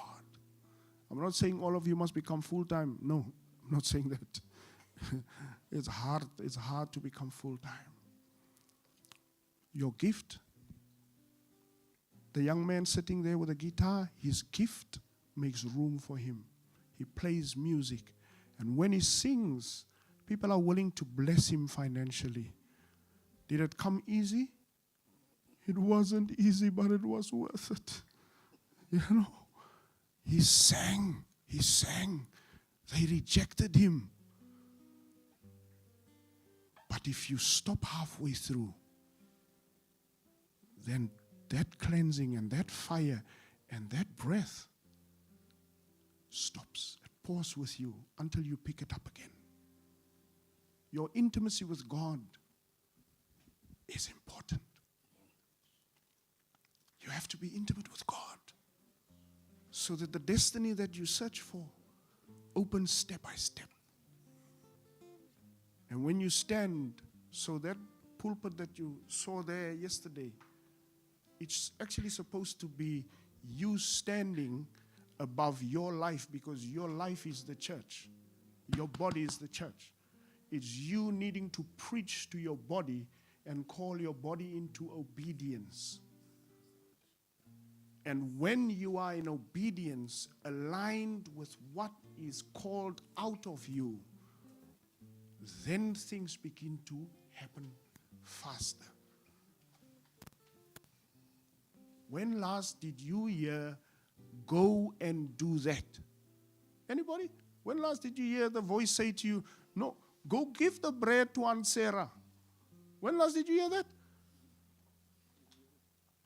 Huh? Do you still hear this? How many times do you do it? When last did you sit in the taxi and God says to you, you need to speak to the one next to you. But you are so scared, and you rather keep quiet. When last did you obey God's voice? When last? And so the invitation is, learn to cleanse your eyes, ears, mouth, everything, so that you can see the real things that you need to see. When you see those things, let the fire come and bring the truth about those things to you, especially about your life. And thirdly, learn to allow the breath of life or the breath of God to renew you with new hope and new strength, so that new meaning can come to you. In closing, did I say 5 times in closing? In closing, once you through that breath, you get a new name. I'm curious to know what your names will be when you walk out of this experience. Because everything that you go through, you must name and write about it and journal about it. Make time for yourself. Please make time for yourself. If you are married, you can't be a good wife or husband if you don't make time for yourself. If you are a good worker or you want to be a good, you can't be a good worker if you just keep on working.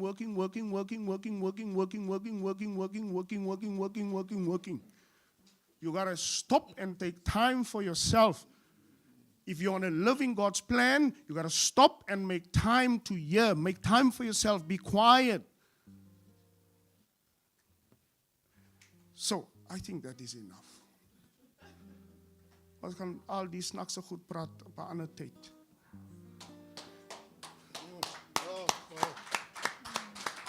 Thank you. Thank you so much, Mr. Net voor julle gaan. Ek wil hom 'n bietjie van my goed. Just before I leave you, ek wil hê jy moet nou eerlik wees. I want you to be honest. When you look at this, what is the first thing? And don't lie, the fire will come. What's the first thing that comes to you? What is the first thing? Before you ask, what comes to your mind, keep it. What comes to your mind, keep it. What comes to your mind, keep it. What comes to your mind, hou it in jou binneste. Dis so aangaan my almal net hoe sê. What do you see? What do you see? Hey! What comes to your mind? Hey! Jesus! What comes to your mind? What comes to your mind when you see? Pastor? What comes to your mind? What comes to your mind? What comes to your mind when you see?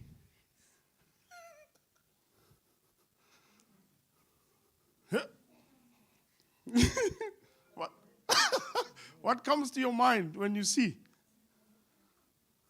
I say. What came to your mind? Hojas. Ne? Hojas. The first time I was introduced to this, I thought to myself, Here, this is toergoed. Woo! The blood van Jesus.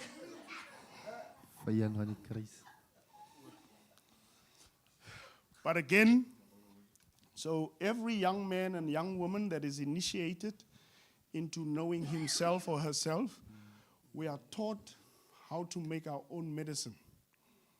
And so this is medicine. It's not made out of any animal.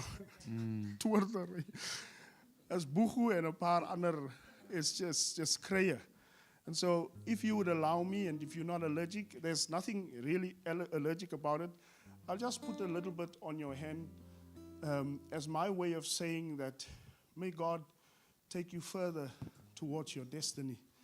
But also, when you smell it, may the sweet fragrance of heaven always go with you, when, especially when you come out of the fire. Because when you come out of the fire, you don't smell nice. When the truth has spoken to you, you sometimes feel, oh God, why? But when the fragrance of God comes back to you, It's amazing. So I want to go around the circle and just touch a little bit on your hand as a way of saying, it's okay. It's okay. As it worry. As it, I promise you. As it really is. For those of you who want your churches, we can make this work for you. Also, as you feel comfortable, right? So you don't have to if you don't want.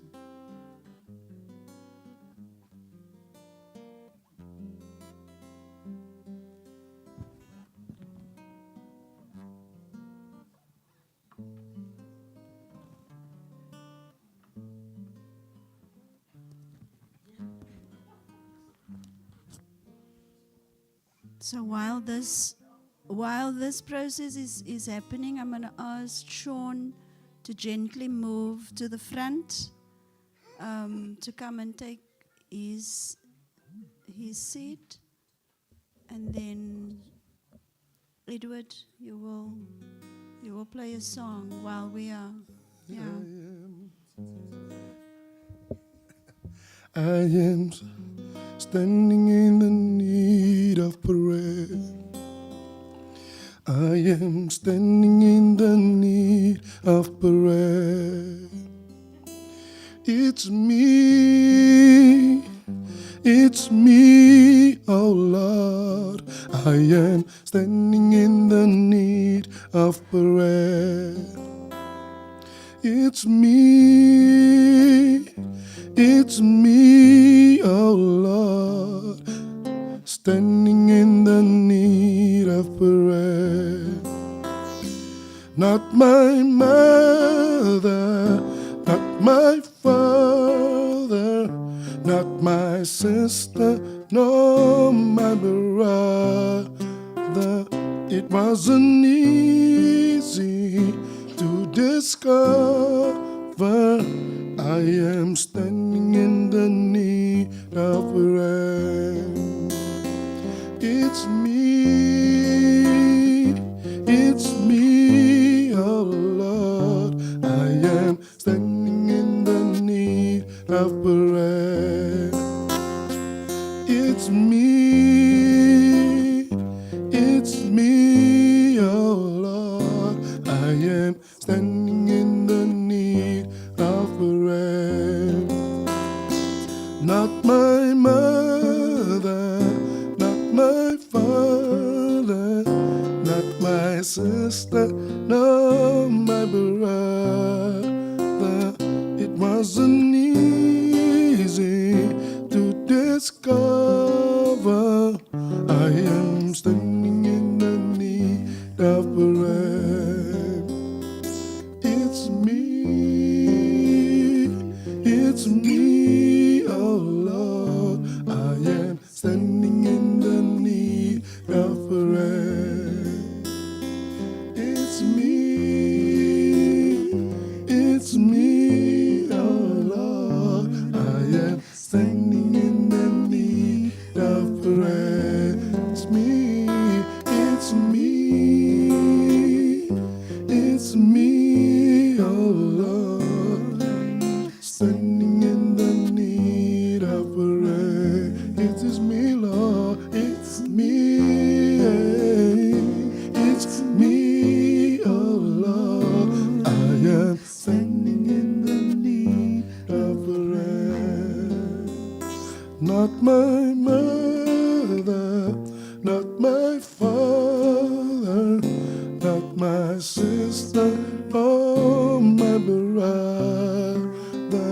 It wasn't easy to discover I am standing in the need of prayer. It's me,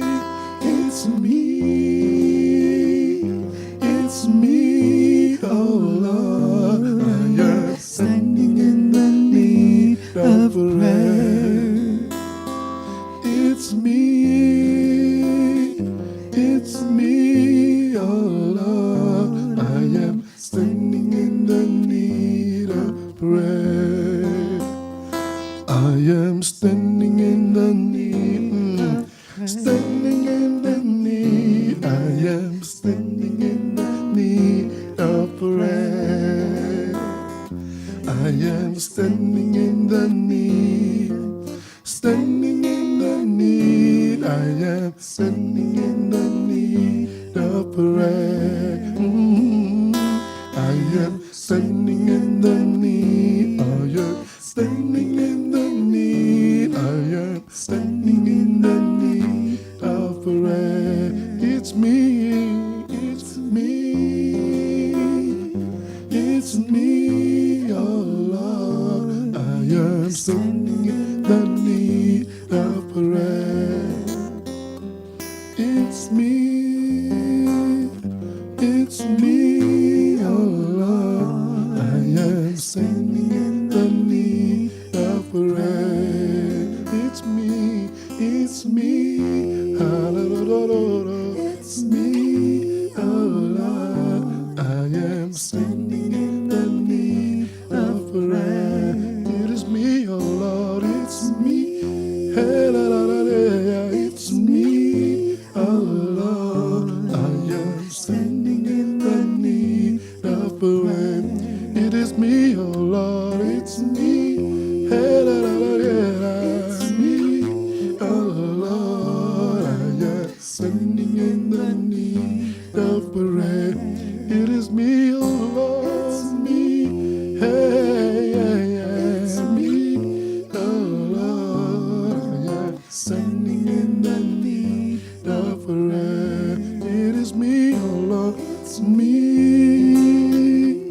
It's me, oh Lord. I am standing in the need of prayer. It is me, oh Lord, it's me. It's me, oh Lord. I am standing in the need of prayer. Thank you. So we give thanks for everything that has just happened. And so now we're going to, as we prepare to go to the castle, remember we keep on moving, we keep on moving. It's wonderful to have Sean George with us. He is one of the men that is in the exhibition, in the MAD exhibition. So we will just watch his video, just to kind of bring him and his experience into the room. And then I've asked him to just share a little bit about some of the work that has actually been born, since the time that we did the videos for the MAD exhibition. And so I think you will see the connections anyway, just with how the process is going. Do not be too concerned about the written program. Do not be concerned. We are flowing, okay? We are flowing, but the experience that needs to be had, that is what we will have. So welcome, Sean. Thank you so much for having me today. Yeah, very happy to have you. So, I don't know, do you want us to first play the video and then you'll speak, or do you want to greet? Ik wil ten minste groet. Yeah. Yes. Away my massacres. I think it's important that we say that. Ik wil die volgende sê, ons almal kom van 'n ma af. We all come from the motherland. When we say away my massacres, it means we are all from the same mother. And when Pastor Earl spoke today so eloquently about all these elements, I realized they're all coming from the motherland. They're all from the earth. And I wanted to just place it correctly and have you know that these things shouldn't scare us. They are all elements. They are all subjected to God because God separated the waters. He's still in control of it. He has all authority over it. Fire, He sent fire. Don't worry about the ground. Don't worry. They're all subjected to God. Everything that you see, this is all made by God, and it's now just literally, it's symbolic of things. It does not replace God, cannot replace God. God is sovereign. God is who He is. He's Alpha and Omega. He's above everything, the Bible says. He's first and preeminent. that in all things he should be first. So as ek vir julle sê, away my ma se kinders, dan wil ek hê julle moet verstaan dat almal die goed behoort aan my ma. En my ma behoort aan my pa. Ons hemelse Vader. Do you get that? God bless you. Thank you so much. So let's just, you probably have to just sit so that you can see the video. It's about 10 minutes.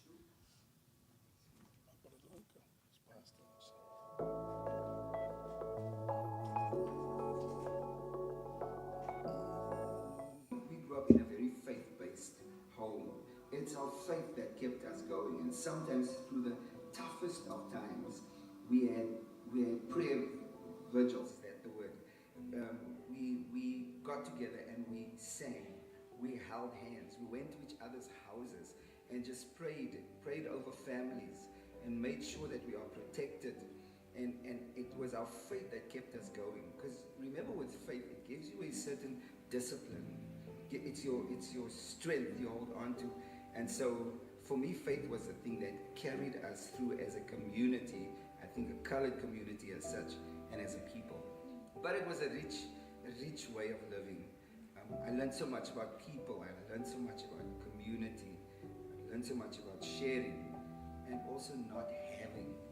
And then to make do with what we have, make do with what we don't have, and still get up every day and make today happen. I think growing up I was a very naive child, like very into myself, almost withdrawn from the people around me. But I remember in Extension 13 specifically, there was always a lot of shooting happening around us. It was normal. So if you had to go to what we then called the mobile shop, if you went to the mobile shop, they'd always say, be on the outlook. Your parents would always warn you to be careful. And so when you saw that happen, when you see a child being shot, maybe someone your age, or when you see any of the youth being shot around you, it completely shifted my sense of awareness that there are other elements around you, and not everyone comes from a place of innocence, really. And then it made me realize there are other people or other children my age that have already been exposed to it and have not lived the sheltered life I have been granted to live and was blessed to live. But it's made me more aware of my people, of who we are, and how we've all just been shoved into one space. And then survival of the fittest is what was the rule of the day. It was the one place of safety we had. They would shoot everywhere, but not in a church. So churches played a very crucial role in terms of the sanity of the people. Even the actual physical building of a church was a place of safety and a place where the government, or the way we knew them, the Buddha would not come and shoot in that specific space.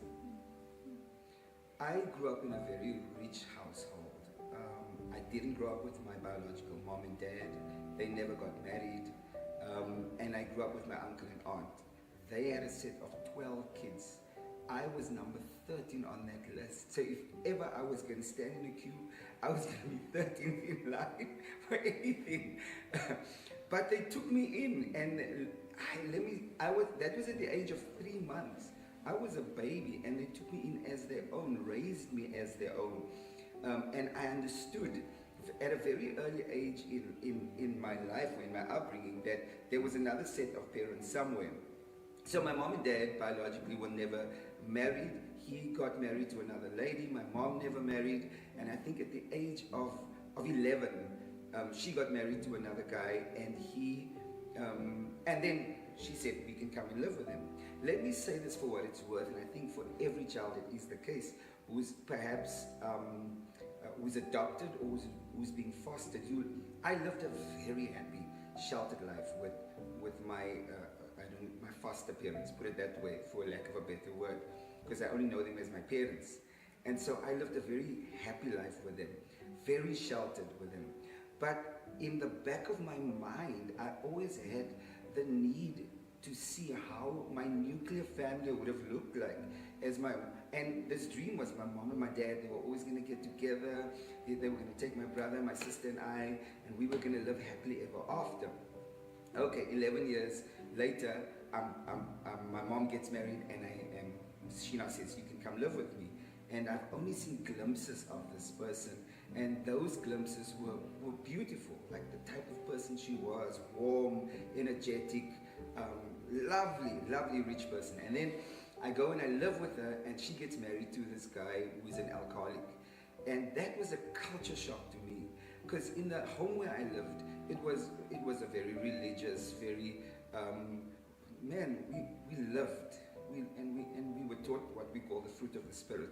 And so if I have to say this, between my uncle and my aunt, if ever we hear the word kak somewhere, it was a shock to us. Like the household there'd be like absolute silence. Then we knew all else had broken loose, and my mom and my uncle and aunt would be in the room doing that, not in front of us ever.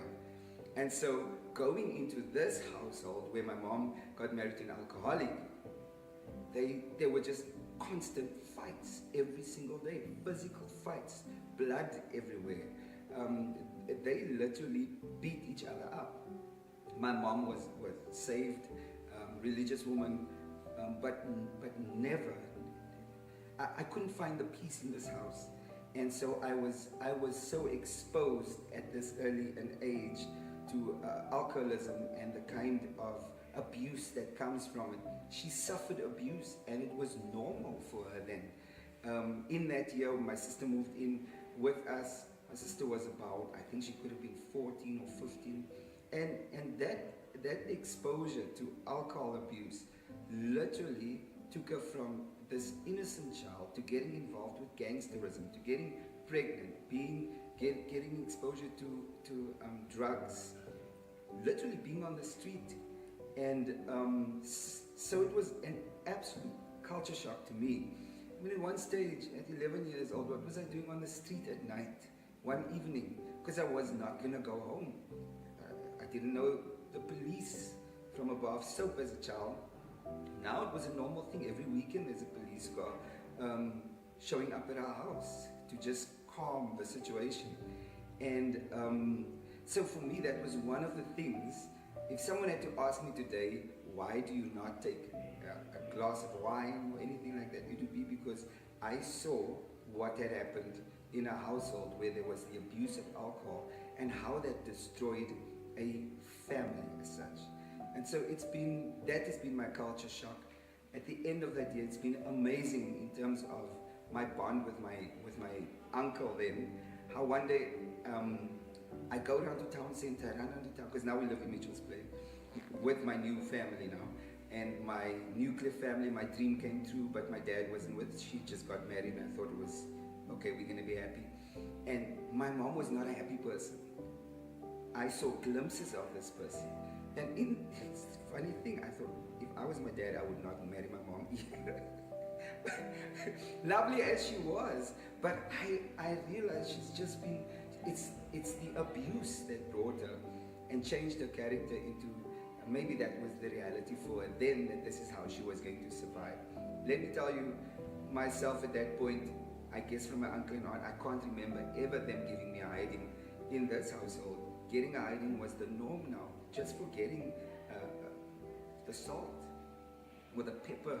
It turned into this big fight.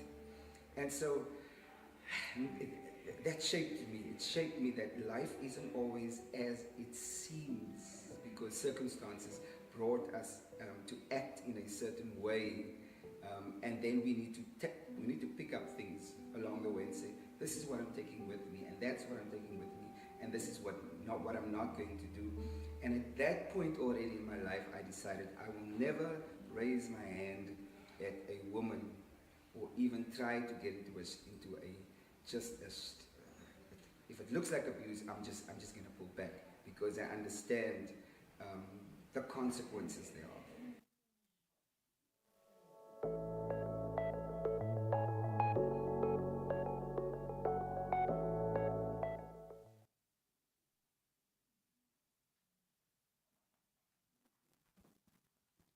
Thank you. So here's the man. Sean is here. So I don't know if he wants to have any reactions to that before you go into. Sorry, it's the first time I see it as well, so it's quite quite moving for me as well. So thank you so much to everyone who's played a part and for just this honor to be part of this amazing project. To start out, when Dr. Elizabeth asked me to be part of the project, I was thinking, why would you? What have I done? I didn't do anything significant. This was just a gateway to what evolved from there, but it also rooted me again as a man, as a colored person who made it through all of that. And that story is not the exception to the rule. It's our normal. If we go into colored communities, there are people who have experienced much worse and has been exposed to a lot more.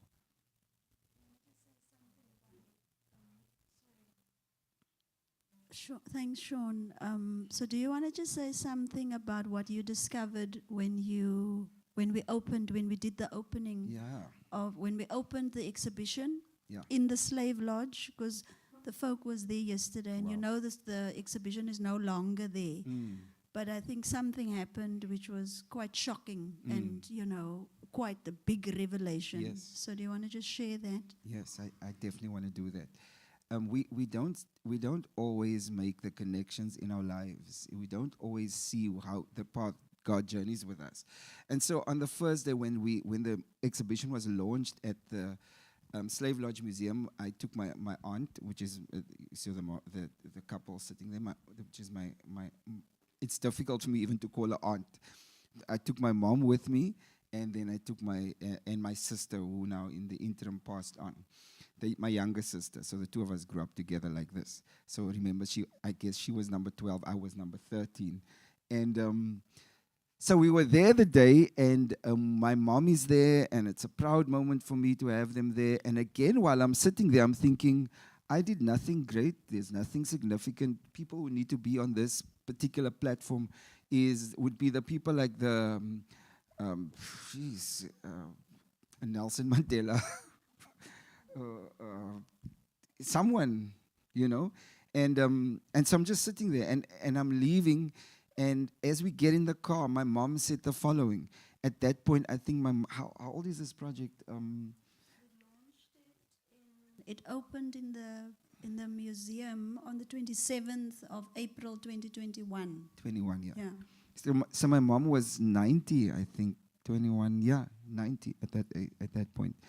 So she said, do you know, Vijay your pa was hier aangehou as a slave? Do you know your father was kept here as a slave at the lodge you were at yesterday? And I was like, what do you mean? She said, yeah, let your pa hier aangehou. They kept your dad here. And then he ran away from here. And so I don't know if you know the atrocities they went through there, and if they've explained that to you yesterday. And then I thought, what? This doesn't even make sense. And again, I thought, oh my goodness, slavery is not even for me. It's not 2 generations ahead. It is like my dad, like right here. Then he ran away, and eventually they caught him again and brought him back and took him to a farm where he had to, because he was the best worker there. And so they wouldn't let him go. They would hunt him down. And so I think, was it last year or the year before we were there again? No, it was. I think we went there again. So I don't know if you went to the reel where they spoke about the names, and I looked at this reel and I thought, our surname, my goodness, where does it come from? Because our family surname is Jarrett, which comes from where? And they said that obviously you belong to a Jarrett, some boss, and you are Sean from. And so I realized my father was Johnny from. And so eventually it dawned on me. My father was one of the mysteries between my sister and I, because we were the youngest. Was a mystery to us. Why couldn't this man read or write? He was illiterate. But he ran his own business. He was an entrepreneur at trucks, construction, and that's how we got the family of 13 through hell and back. Anyway, so I'm there on the day, and on the day the realization hit me, he was never given the opportunity to go to school to read or write because he belonged to someone. He did not belong to anyone. He didn't belong to himself. Doesn't have the ability to make decisions for himself, because if he even tried to, he would be abused in a certain way. He would be beaten like a dog. So he was. I then on that day I had such an epiphany, and I literally had a moment of meltdown. I left to say, I walked outside into that court, and I said, "Ek is sorry, Papa. I'm sorry, Papa, because I thought you were dumb. I thought you were an embarrassment to us growing up, and yet you put us through school. And that you could, and between my sister and I, we were going to figure out how we were going to get this man to read and write. It wasn't his biggest concern after surviving slavery.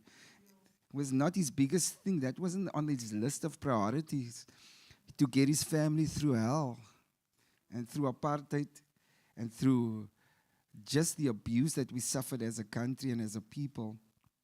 So for him, getting to school and getting to read and write was never going to be on his list of things to do. He needed to put bread on the table for us and make sure we get ahead in life. And he did well. And today, whenever I get the opportunity to speak, I salute this man and I honor his legacy, because he lives inside of me and he lives richly in me. And he's my uncle. This is the craziest thing. If I have to show you on my back, I have a birthmark with some hair on it of the 12 kids, of his own kids. I'm the only one that has this birthmark in the leg in our family. It's like this man could have been my biological father. And the craziest thing is, because I always used to play with it, and used to be like, we used to like do my youngster, we had access to him in a different way. You see, Papa, what is the it was because it was this black mark with hair on it, and I literally have the same black mark now with hair on it. I should have touched it.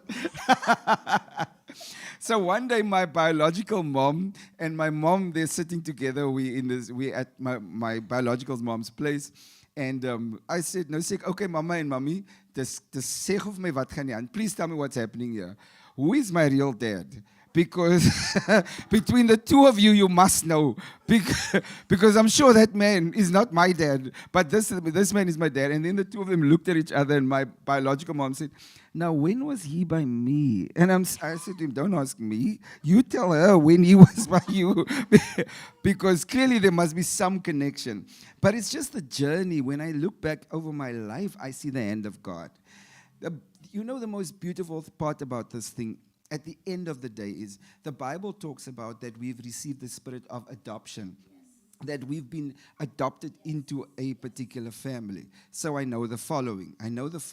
I spoke to a pastor one day who wanted to be my spiritual dad for some reason. And I said to him, here's this thing. I said, in my natural life, I know the difference between a sperm donor and a father. So nobody can fool me. Because the sperm donor now is still alive, but still expects me to come and give gifts. He still does that. So when are you coming? And he's never shown up. And so now, but my dad, my father, my uncle, taught me the gift of honoring. So every single Father's Day, I must go and give him a gift. Every single holiday, I must go to him. Every single Christmas, I must go and give him gifts. They always took me, this is your father. You're going to honor your father. You're going to honor your father. You're going to honor your father. So there were deep lessons that was taught to me by a man who showed up as the father in my life. And here I have a sperm donor. And this man is still expecting me to just show up. And then he says things and Do you know what the funny part is? This is crazy. In the year 1990, is it 1990? Yes, I finished matric in 1990. 91, I was accepted at this University of Stellenbosch to study BSc. How the heck do you get to do that? And so my father and him then agreed, because they're brothers, agreed that he was going to pay, because he didn't pay a cent in all these years for me to live with this big family. And he didn't feel that he needed to pay anything. I don't know what gratitude they needed to have me with them. My gift, I give to you. I give you my son. And so he was supposed to pay those bills. And so one day my cousin goes to him, and my cousin said to him, I'm sorry, I'm going to speak slow. My cousin said to him, because now one of my uncles passed on. She goes to him to ask for some information, family information. She asked him, Uncle Gert, this is his name, Gert. He calls himself Gary. So she says, this is what they did to us, eh? And she says, Uncle Gert, so why didn't you end up paying his studies? He's just like, because it was on his name. It was like on his brother's name. The bills came to his brother. Oh, now what happened was the following. So my uncle goes and he signs all the paper, not that he could, made an X where he needed to make them. And then obviously the one who pays the bills would be my biological father. So those bills would go to him. He refused to pay it because it wasn't on his name. Because he wanted to now have the name. My son is going to be this doctor and this is going to be the name. It's going to be on my name. It was crazy. How messed up that became. But this particular project brought everything home to me. This mad project absolutely made me understand what my role is in society, what my role is as a father, what I represent, what I stand for, what needs to happen next in my life. And I thank God for this journey, and I thank God for your wisdom and for just the fact that you were, we say Alfred, I do listen to God. She still listens to God. Thank you so much for playing this. You have no idea how grateful I am for playing this particular part in my life. It was significant and still is significant. And I hold this project very dear. I thank God for just this. This is just glimpses of where I'm at and how through all of that, I want to say to everyone sitting here who are faced with those challenges of abuse, faced with challenges of alcoholism and drug. I wish I could show you a pic of my daughter. My daughter's in matric now. She starts with the exams tomorrow. And so the crazy part about that is my wife and I adopted her from my sister's eldest daughter, well, only daughter. My sister's eldest daughter, she lived in that very same house, the very same house. That spirit never left that house. She became a drug addict and then abandoned this child. And so we've had Kirsty from the age of, I'm trying to figure out the age, 7 months. I lived with my uncle and aunt from the age of 3 months.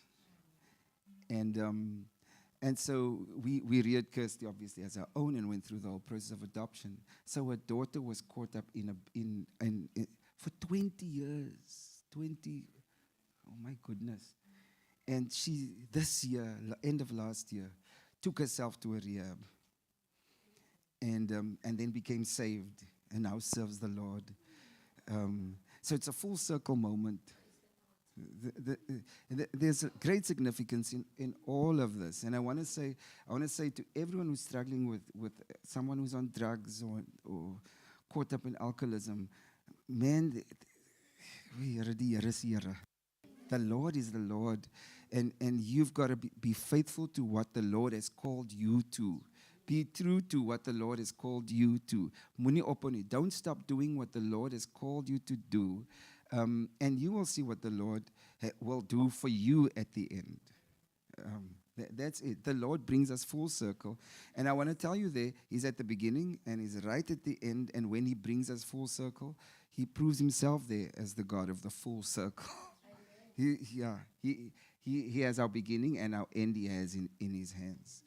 So there are many glimpses that I now see that I thought insignificant to tell for us as a people, because I think sometimes we think our heroes are the ones who sits on great platforms and who has fought the struggle. And we were in the struggle too. Every day for us is a struggle. And we must celebrate. Tonight she said, oh, I go to work. And then I take her with me. And then I say, you sit and study here where I can see you. So she said, no, she's not going today because they have a prize giving today. And I said to her today, it doesn't matter what you get. I'm still going to celebrate, even if it's for best dressed. I'm going to celebrate that, because we forget to celebrate the little things. Every day when you get up and you're alive, please don't forget to stand still.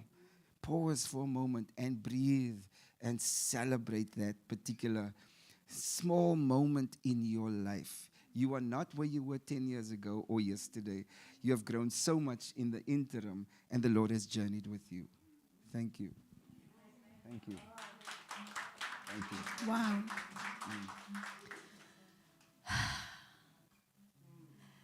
It's important that we get out of our own way. You must get over yourself. That's what I was told when I was much younger. Because I thought the Lord can only use us when we are struggling and when we don't have, and And so, and I want to put into perspective, I think you're right, Sean, the thing about listening to God. God is faithful, man. Yes. He doesn't create you, had a plan for your life before the foundations of the earth. I mean, I don't know. We talk. Somebody sent me a message this morning, and she's struggling. She's saying she doesn't understand, those who are Christians, we are people of faith. It's like she's not even here. She's like completely disconnected. She sends me these messages this morning, and she's troubled about the lack of knowledge, the fact that we do not know our history. She writes to me, she asks me, can I not find a Hebrew Bible? Because she's saying, you, from wherever we don't talk, right? She doesn't know me, right? She probably observes me from wherever she's observing me. And she thinks that I have all these resources and access, to things. But I think the point for me that was so profound is the work that has been happening here is happening. How is it that she sends me messages, 5 messages this morning from nowhere, asking me to please send her, where can she find a Hebrew Bible? Because she is deeply moved and disturbed inside of her about getting to the history, getting to the root, getting to the original information. So what I'm making that link to say, my life and your life means nothing unless we come into harmony with God, into alignment with God. If God cannot do with me whatever God wants to do with me, then I'm of no use. I did not want to study because I saw what education did in our communities. Our people just get a little bit of education, then they think they're somebody. Then they start to treat their mothers and their siblings like they are somewhere down there, And so if it was up to me, I would never study. That would be my way of resisting that, the disrespect and minachting, minach. You know, when you treat people with disdain. And so I remember in my quiet time, I also wondered, why did God make us and me born in this context? Want is moeilijk. It was difficult. And then,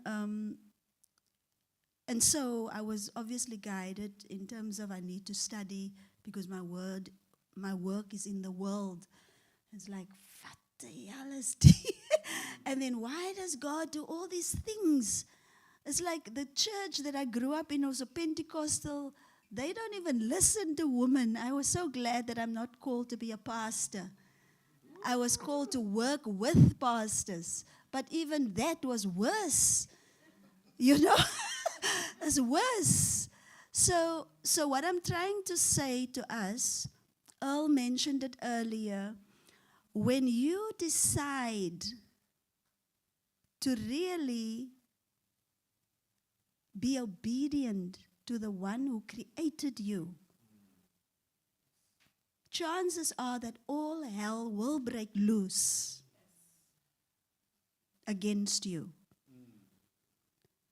Because if anything, you can do whatever you like in life as long as you do not do the reason why you were created, your purpose. Organize 'n lekker man vir jou. For ons wat vrouens is, he will provide for you. You're comfortable. You don't have to do anything. Lekker life.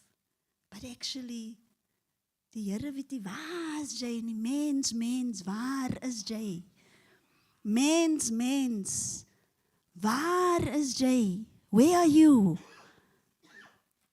And so, I really want to bring those things into context because, you see, one of the evils also that like to creep in is when we want to begin to elevate ourselves, like Lucifer. Lucifer was one of the angels. Ne? God knew exactly what God created. But Lucifer wanted to be seen. He couldn't understand, like, why didn't you, and then he wanted to be bigger than God. And so we must be very careful that just because you are actually serving God's purpose for your life, you will be seen. You will stand out, not because you are extraordinary. Not because you are extraordinary. It's because you're doing why you were born, that you are living your purpose. And then we must be very careful to let people elevate us.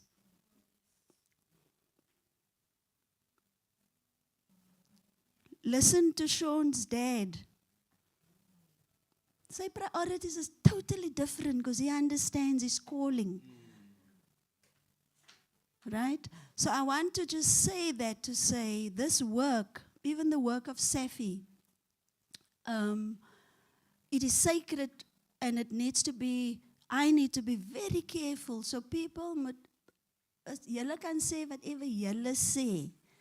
But I need you to understand that I didn't come here to be seen by anyone.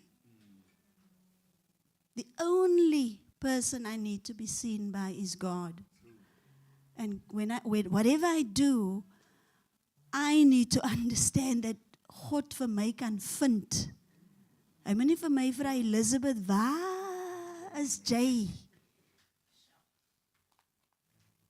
Wat het van jou geword? You know, sometimes we see each other, we haven't seen each other for a long time. Ek kan jy ook sê, hey, wat het dan van jou geword? So I really want to just put those things into perspective. I do know that maybe for many of us, when we were silenced, marginalized, never recognized, we know why we name each other. We know why we want to celebrate each other. But I want to caution. Moenie so dankie gesê wil wisie. Moenie so wil ge-celebrate en ge-honor word nie. Because die Here sal vir jou soek. Die hele wêreld vir jou ge-honor. Maar die Here weet nie waar is jy nie. Missing geraak, missing. Because you are nou vir Misburg, ja, sê daai man. You know, because you've become lost in being honored. Want jy's nou 'n dokter. Nou kan die mense nie eens lekker met jou praat nie. Because you have now become so educated. So I want to say that because you see, die goed is, die dinge van die lewe. My pa gesê, jy sal vir jou moet iets uitweek in die lewe om dinge in plek te sit vir jouself. Jy moet vir jou iets uitweek om dinge in plek te sit vir jouself. Because to get lost is very easy. You can be doing the work of God. You can be in the environments. We can have wonderful, wonderful times. But if we have started to elevate and take this position of elevation, en as ons vir Misburg, soos die man daar agter sê, daar vra die Here, mens, waar is jy? Waar is jy? So when we serve, when we do, and a lot is still going to happen with all of us here. All of us. You see people that has been silenced, people that has been rejected and abused and opgetrap word. There's still a lot that is actually going to come through you. You know? But we mustn't be confused. Laat ons sê die ministry van Lucifer enter nie. Angel, beautiful angel. Right? Let's not enter that ministry. Let us understand. So that is why we say when we started the Men Affirming Dignity initiative, you will hear me say time and time again, we are putting the spotlight onto the humanity of African men who affirm dignity. Yesterday, you heard how Dr. Fungai explained what is humanity. What is personhood? Your personhood is the essence of God that is inside of you. That is what makes me and you human. Right? And so with everything that was trying to destroy the image and the presence of God, the essence of God in you and me, everything that was trying to dehumanize us and destroy us, when that humanity emerges, you know, when you kind of can come up still human, that is what the Men Affirming Dignity initiative is about. So we're not here to elevate men. We're not here to elevate and romanticize African men. We are here to say we need to put the spotlight on African men's humanity. Because there are things that we haven't seen yet that we need to put into the center to bring help, hope, and healing. Right? And so there were different things that must still be born and birthed out of each one of us. Maar ons moet nie confused raak nie. Okay? So, what's the time now? Dis mooi kyk. 1:45. Okay. So I do want Sean to just quickly tell us what has been birthed. You know, because I think that's again, moenie verwag dat die Here dieselfde, God is not into copying things. So you're not going to be doing the same thing. Yeah. As somebody, there's something new that needs to be birthed. Right? So I have a recording, a clip that they can play, but I do want to say the following. It's significant that you're talking about Hebrew. At the end of the month, actually, Edward's wife and myself, we're working on the same project. And so we've been, they've asked me to spearhead this project and then identify a few people that would be able to go on this particular course with me, the Hebrew course. So the two of us have just started. We handed in our first assessment and started writing in Hebrew. We're going away at the end of this month for a month to just sit with Hebrew scholars, to just sit with Hebrew. We're gonna translate the whole book of Jonah. And rewrite it from there again. So it's very interesting how God connects all these little dots, and we just don't even know what's happening. Yeah. What is happening? Die Here is besig om dinge. You see, that's why my sister said yesterday, one of the things my dad used to say is, you're taking things too personal. Yes. Yeah. Stop taking things so personal. Yeah. Because God is working, He will work through whoever. Mm. So if you take it personal, then you cannot hear. Yeah. Want die een het so gemaak vir jou en die gemaak en die. God is like Jonah, he said, I'm not, there's no other sign. I will do it just this way. Yeah. Yeah. So wow. Yeah, that's a wow. Okay, that is definitely a wow. Yeah, so this brings us to what's been happening since and how interconnected both of these programs are at the moment. Thank you. Were you ever embarrassed? Sorry, we just need a little bit of light for the sign language interpretation because the video doesn't have sign language. Yeah, can you start that from scratch because the question is very important.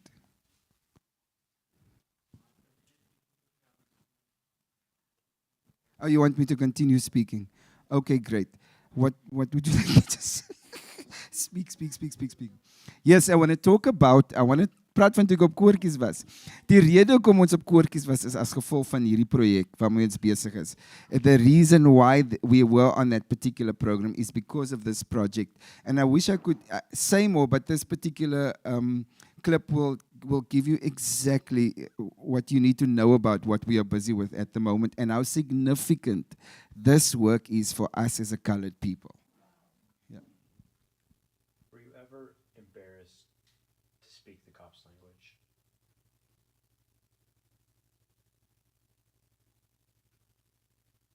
Always. All the time. All the time. At the time when we were growing up, they would say, speak properly. This is not how you should speak. Why am I speaking like this? I need to change. I need to say this word like this.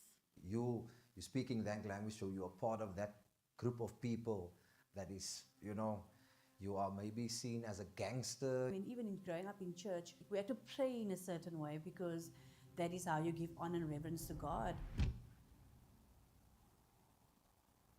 When we were growing up, we were always reminded of our lack of ability to speak, for instance, the Afrikaans language correctly.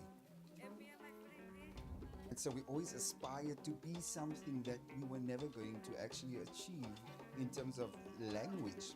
We were always trying to figure out where this language sits. So if you ask me, was there ever a time I was embarrassed? Yes. We grew up with that embarrassment that we didn't have a language, we didn't have a culture. So what we'll start with is we'll listen to the Psalms. You've got a Bible, you've got Bibles, and maybe we'll read it a few times. This project for us is, when you say the eye of the storm, we are right there.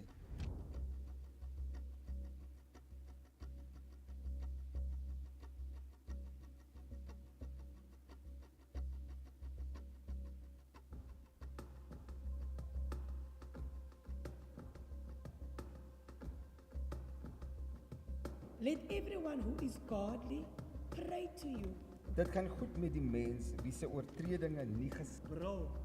I would say Psalms That Sing is about translating the Psalms, the whole book of the Psalms, every verse, into poetic form so that people can sing it, meditate it, celebrate it. We translate the Psalms directly from the Hebrew.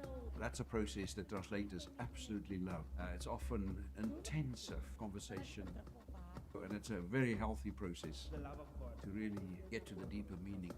We're all sitting around the table and we're literally having goosebumps moments because we're so immersed into the scripture and into the depth of the authenticity of the word. We are rediscovering our language. But once we get to the root of it, the creative part is the easy part. I say,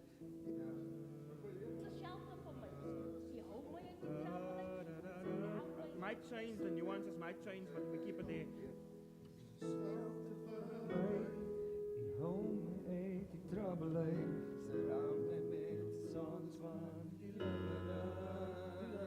Shelter for second one.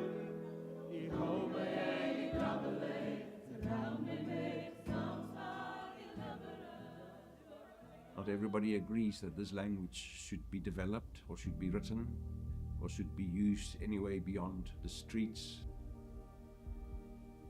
This whole idea of, being pushed to the background so far for so long, is having a real effect to this day.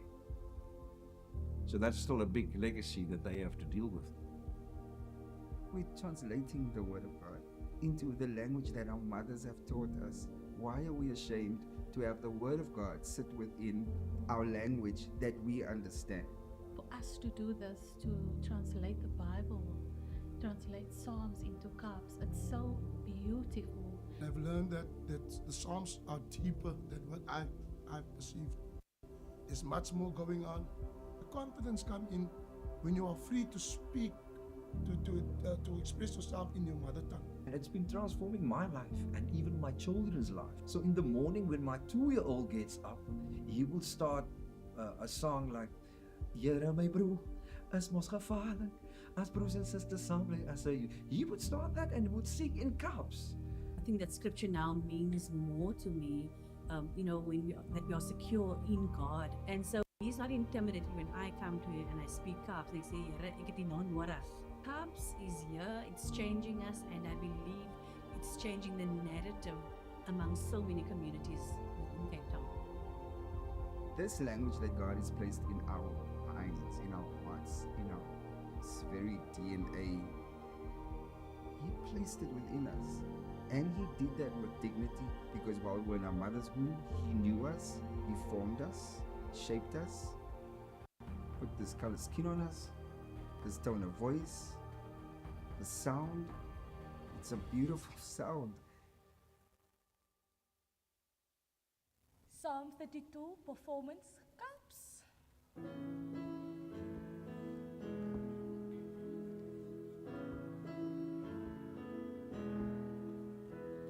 Gebless die mens, wie se sonde vergewe is, gemonstery gekover is. Gebless die mens, wie se sonde die Here nie teen hom hou nie. Die hele dag en nag, die is shelter vir my. Die hou my uit die trouble uit, surround my met songs van deliverance. Toe ek my sonde toe hou, toe gaan ek lelik agteruit. En kreeg die hele dag van pijn. Toe sê ek voor die Here, veld ek my songs belei. En die Here het die guilt van my sonde vergewe. Die hele dag en nacht is die 'n shelter vir my. Die hou my uit die trouble uit, surround my met songs van deliverance.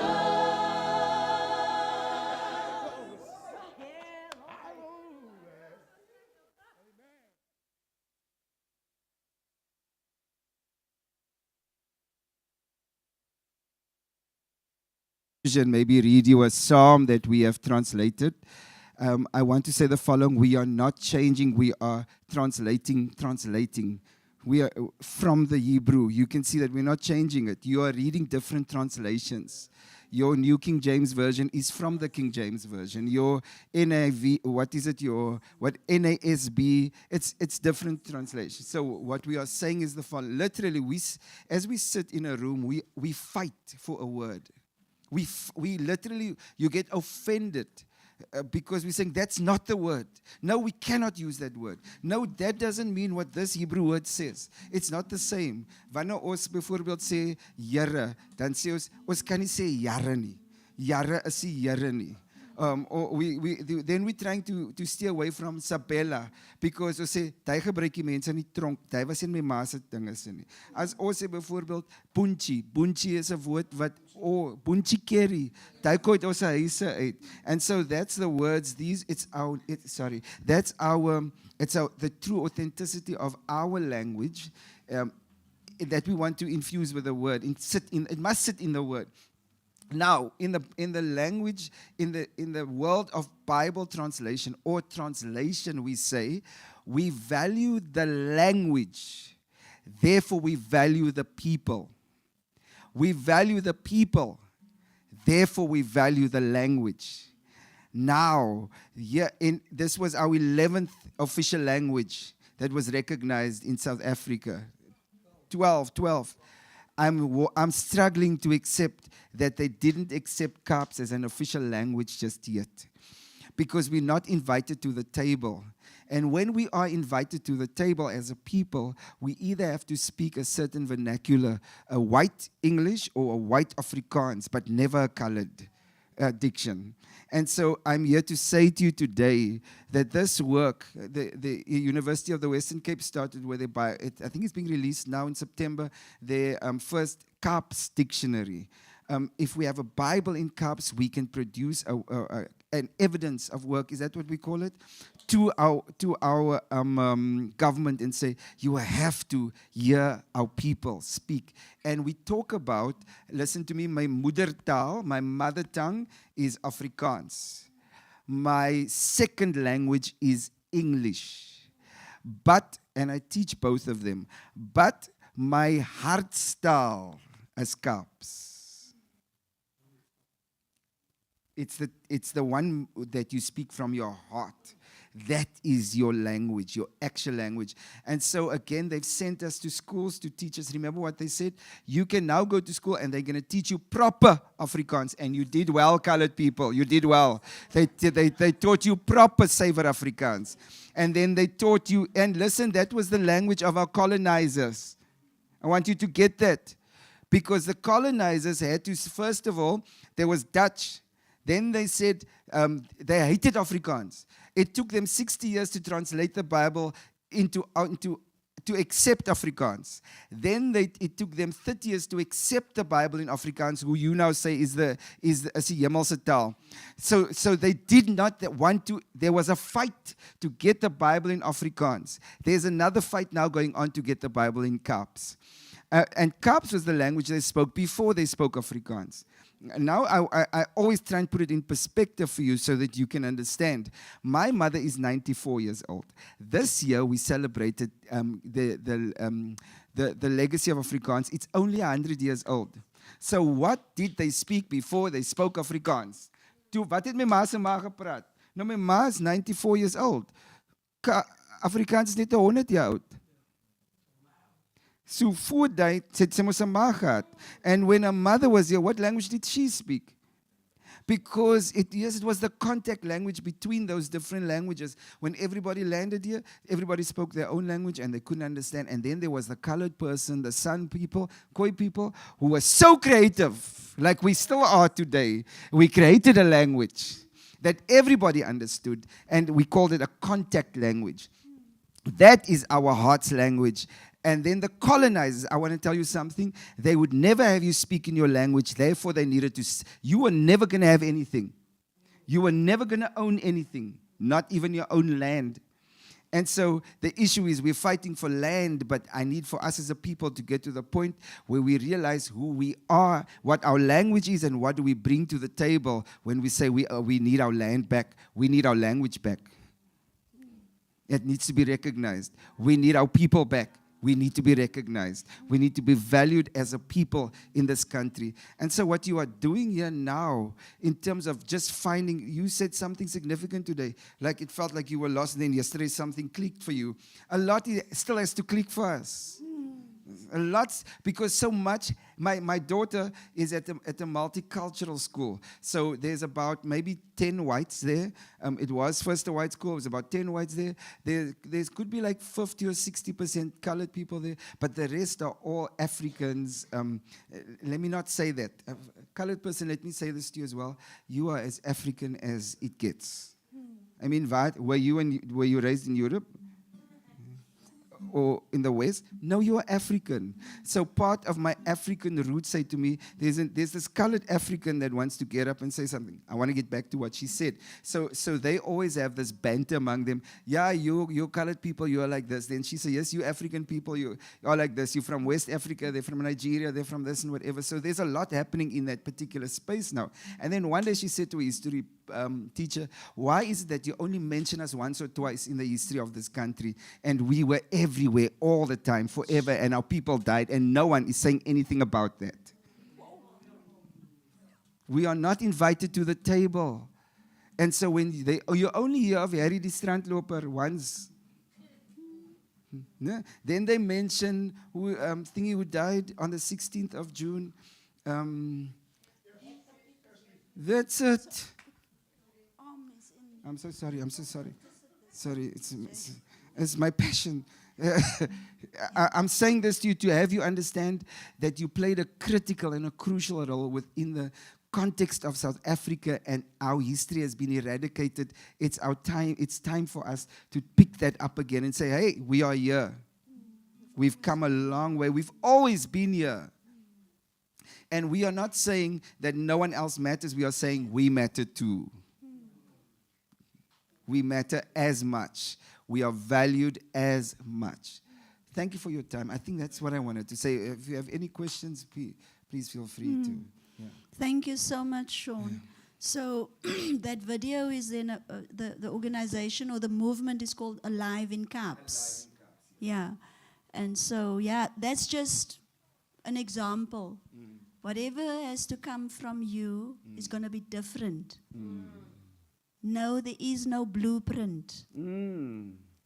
No, there is not somebody who has the steps for you. What must you do first? What must you do? It's in you.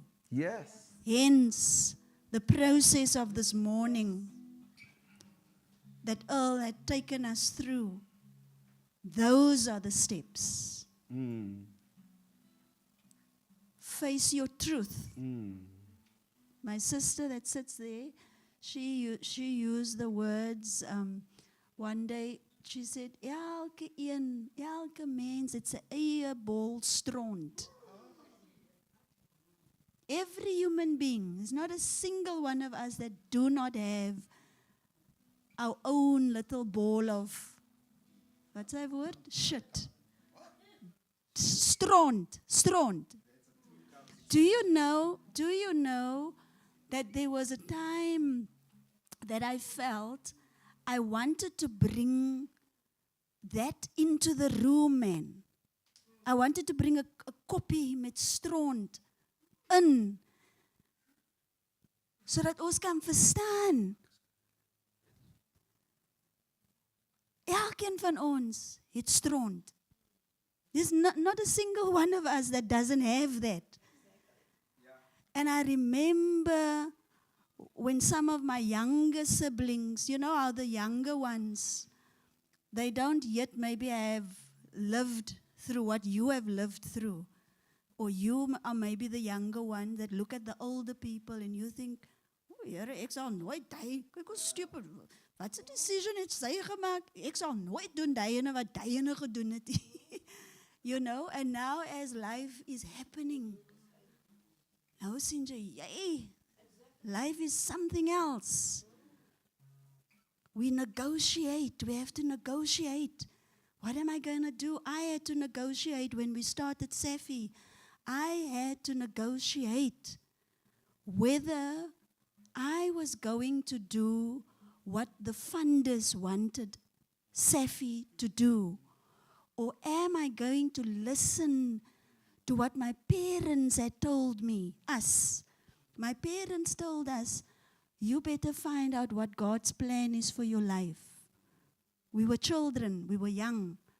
You must find out God's plan and purpose for your life. And then you must get up and you must go and do that thing. And do not look for money. Do not look who must come and help you. You stand up and you start to do the thing that God wants you to do. And in the right time, God will send the right people to come and assist you. Don't ask this one and this one, ko help my nie. No, that one might come because maybe they like you. Or maybe you did something good for them at some point so they feel gratitude towards you. Nou kom hulle vir jou help. But that might not be the person that God wants there. I had to negotiate because I knew the work was very important. And the work, I really did want the work to spread as quickly as possible. But there were people that came that wanted to give funding. They also saw this is a good thing, but they wanted it to be done in another way. Nou jy sien, wanneer die Here vra mens, waar is jy? I don't even want the Lord to ask, waar is jy Elizabeth nie? I want to wake up every day, I want to do, Here, hier is ek. We are moving together. I don't know a thing of what I'm supposed to do. I will let the Holy Spirit be my teacher. And so what I'm saying, this that we've just experienced this morning is a lesson in wat moet jy maak? Hoe moet jy maak? Come to your own truth. Face your truth. Face your stront. Right? And let the fire refine your stront. Because remember, for those of us who are people of deep faith, we also know that nothing that comes to you was not approved by God. Everything that happens to me, everything that comes to me wanneer 'n demon na my toe wil kom, he must come through God, gets permission. En daarom moet ek dit so persoonlik vat nie. You see, this thing this morning about seeing your truth and accepting your, what is it, the secret? I like the way that you actually framed it because it does feel like that, no? But when you can face that and you let the fire burn it, refine it so that you can understand wat het die Here dan gemeen toe die ding met my gebeur. Toe ek aan so gedestrooi wil word. Wat het die Here gemeen? You see, the fire will do that. And you will be cleansed and it will become clear. And then you need to learn to listen and follow the wind, the flow, the breath. The wind will lead you and move you and show you when you need to go. Those are the steps, the directions. You will be fine. I'm sitting here now, I can tell you,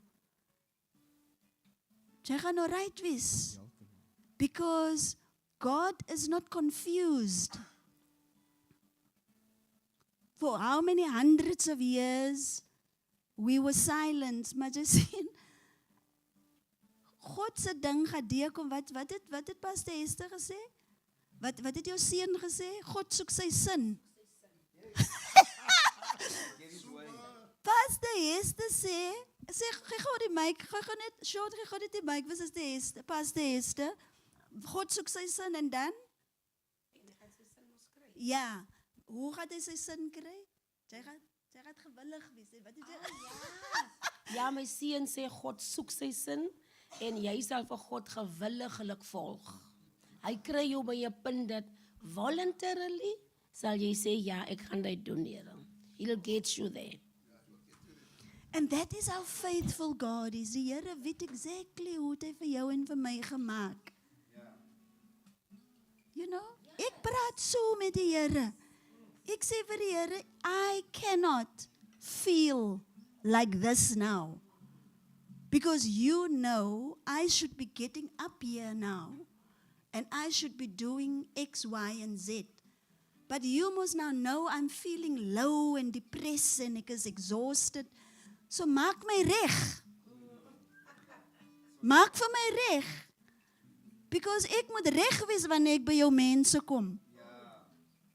By the time I come to your people, I must be right. I cannot be, ek hoor hulle praat van morning person, afternoon person. Jy is stront. Jy is stront. Jy moet wakker wees. Jy moet reg wees.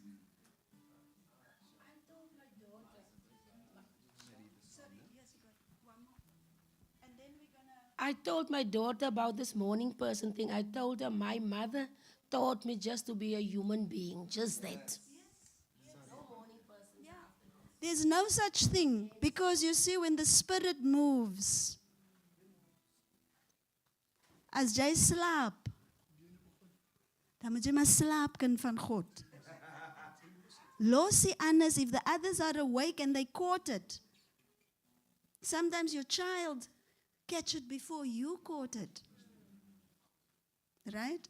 So the point is, we want to be awake. God has built us with everything that we need.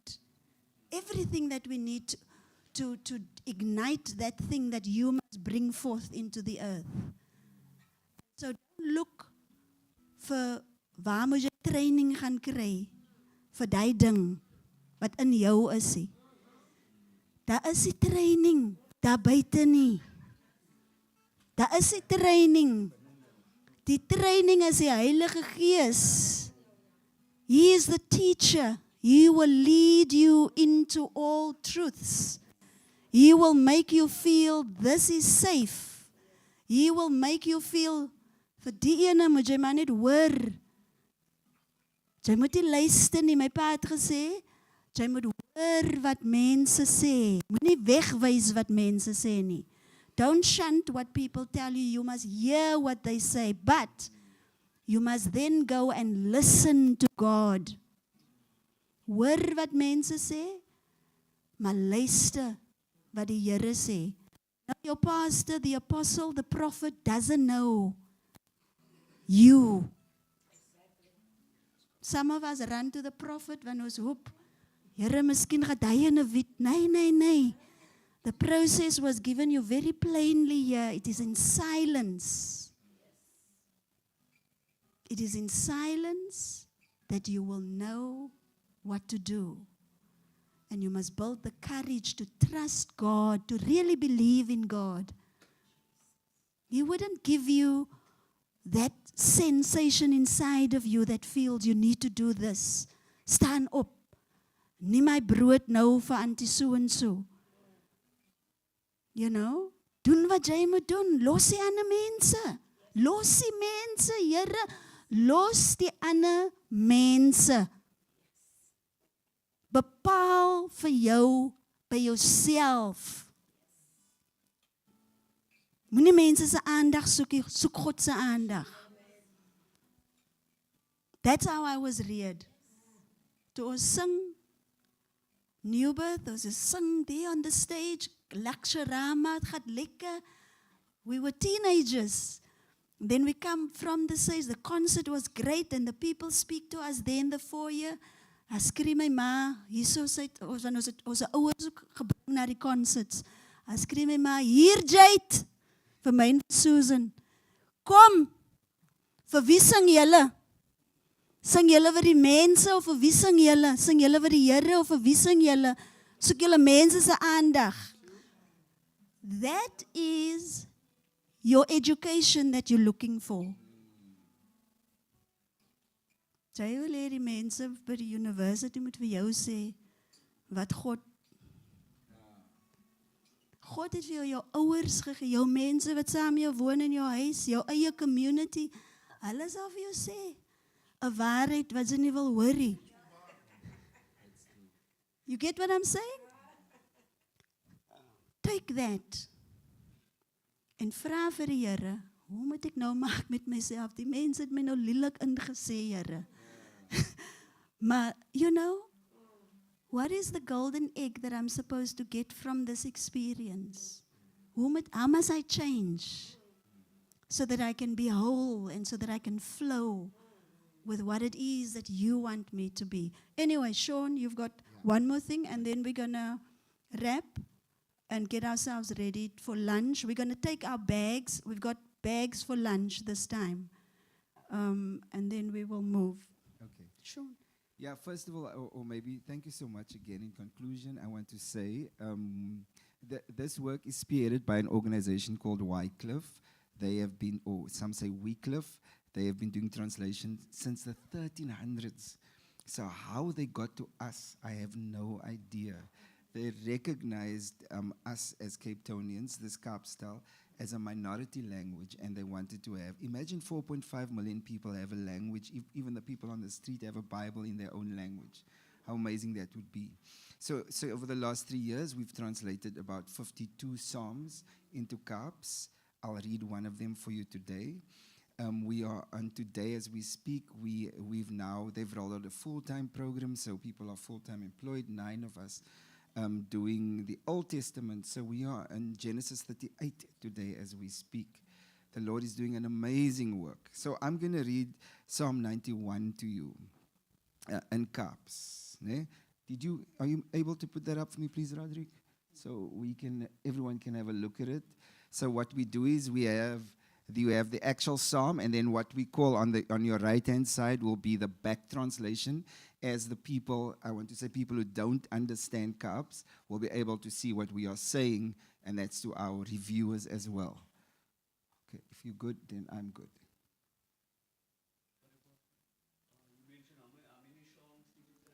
Psalms 52. Yeah. You can make that a bit bigger if you, yeah. Okay, that's a bit smaller. Okay.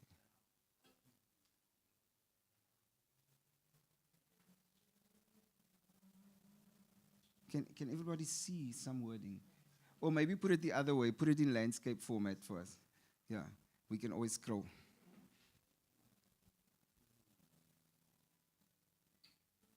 Okay. Okay, that's good. Thank you. Okay. Perfect.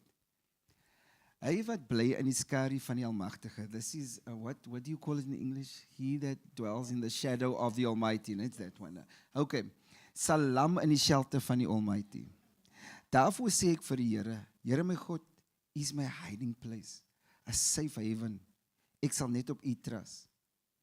Night depths, hy gooi jou 'n lifeline en hy haal jou uit die put van die heites uit. En hy is jou vuil siek wat jou sal touch. Hy sal jou cover onder sy vlekke. Jy's protected, want die Here is faithful. Jy's completely gecover. Jy hoef nie bang te wees vir die boewe in die naggie en die bullets in die daggie. Moet jy nog paap vir hy tokke los wat in die donkerte vir jou kop pessie, of die disaster wat jou wil mang in die middagie. Jy's untouchable, my broer. Al perish daar 'n vrag om jou, daar is hy vir jou nie. Jy's die een wat sal staan. Jy sal dit met jou eie oë sien, hoe jou enemies een vir een mang. As jy die Here jou shelter en safe join maak, kan niks evil naby jou kom nie. Even die siekte kan jou niks maak nie. Want die Almagtige sal die orde gee vir die engele om jou te protect waar jy ook al trap. Die engele sal jou op die hande dra, sodat jy nie eers jou voet in 'n klip stampie. Jy sal ewens op die lions en die slange loop. Next one. It's coming. Should be somewhere there. Just that one? No, there must be another. I sent the whole document. I'll read the rest from here. Waar is ek nou? There should be another page in there. It's about 16 verses. I'll read the rest from here.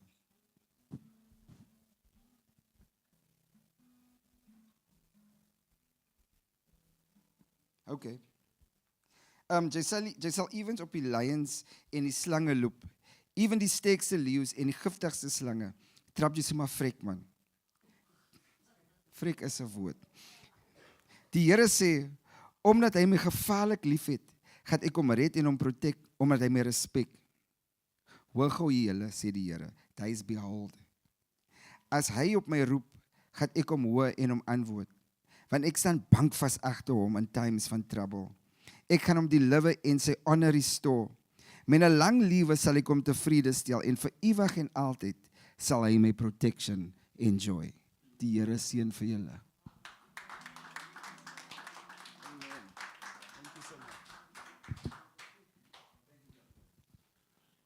I want to say thank you to Pastor Sean.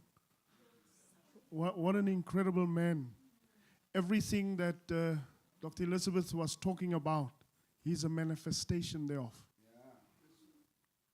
He's a turning point of a generation that has struggled, but somewhere inside of him, he chose to turn the legacy. And today, he's taking care of his sister's little one as his own.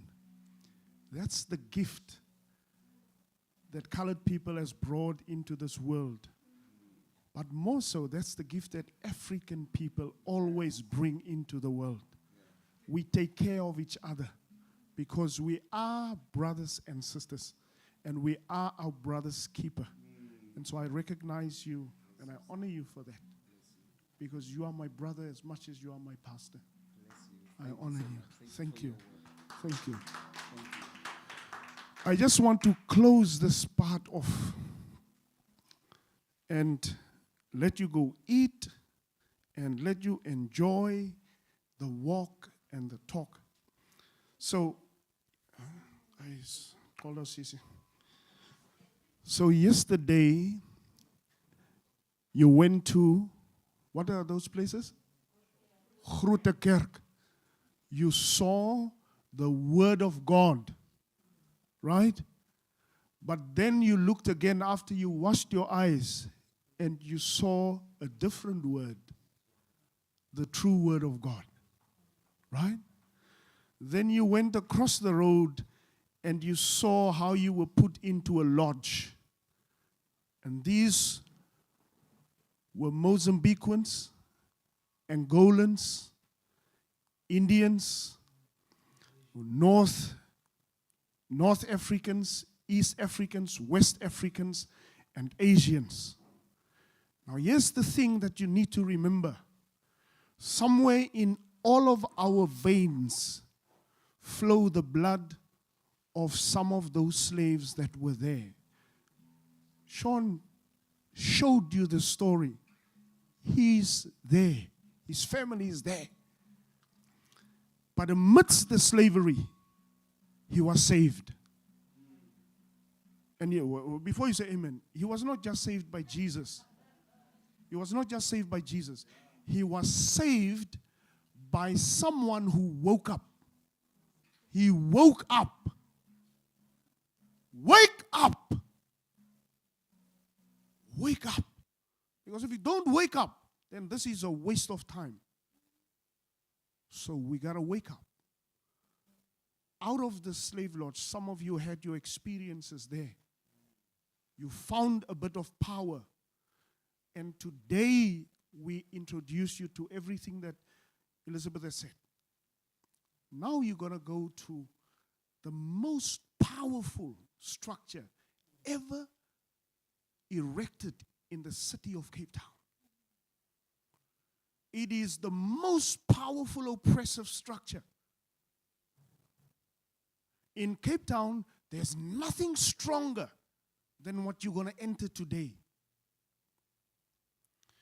Today, when you enter that space, I want to ask you to take note of whatever you sense. But if you allow me, I want to share this with you. Number one, when you enter that space, every wall that you see there, every single stone that you see there, every little bit of old plaster that you see there, when everything that you see from the outside and on the inside, everything has a fingerprint of your mothers and fathers on. They built it. Your lineage, the lineage that Sean spoke about, your heritage has been crafting that building. So when you go into that building today, you're not going there as a tourist and a visitor. You are going with the understanding that I was a master crafter of everything that stands here. I am a builder. What they meant for harm, listen to me, what they meant for harm will today be turned, when you walk into that place, will be turned into good. What was a bastion of colonization today will become the bastion of your mother's and father's brilliance. Their craft has laid every piece there.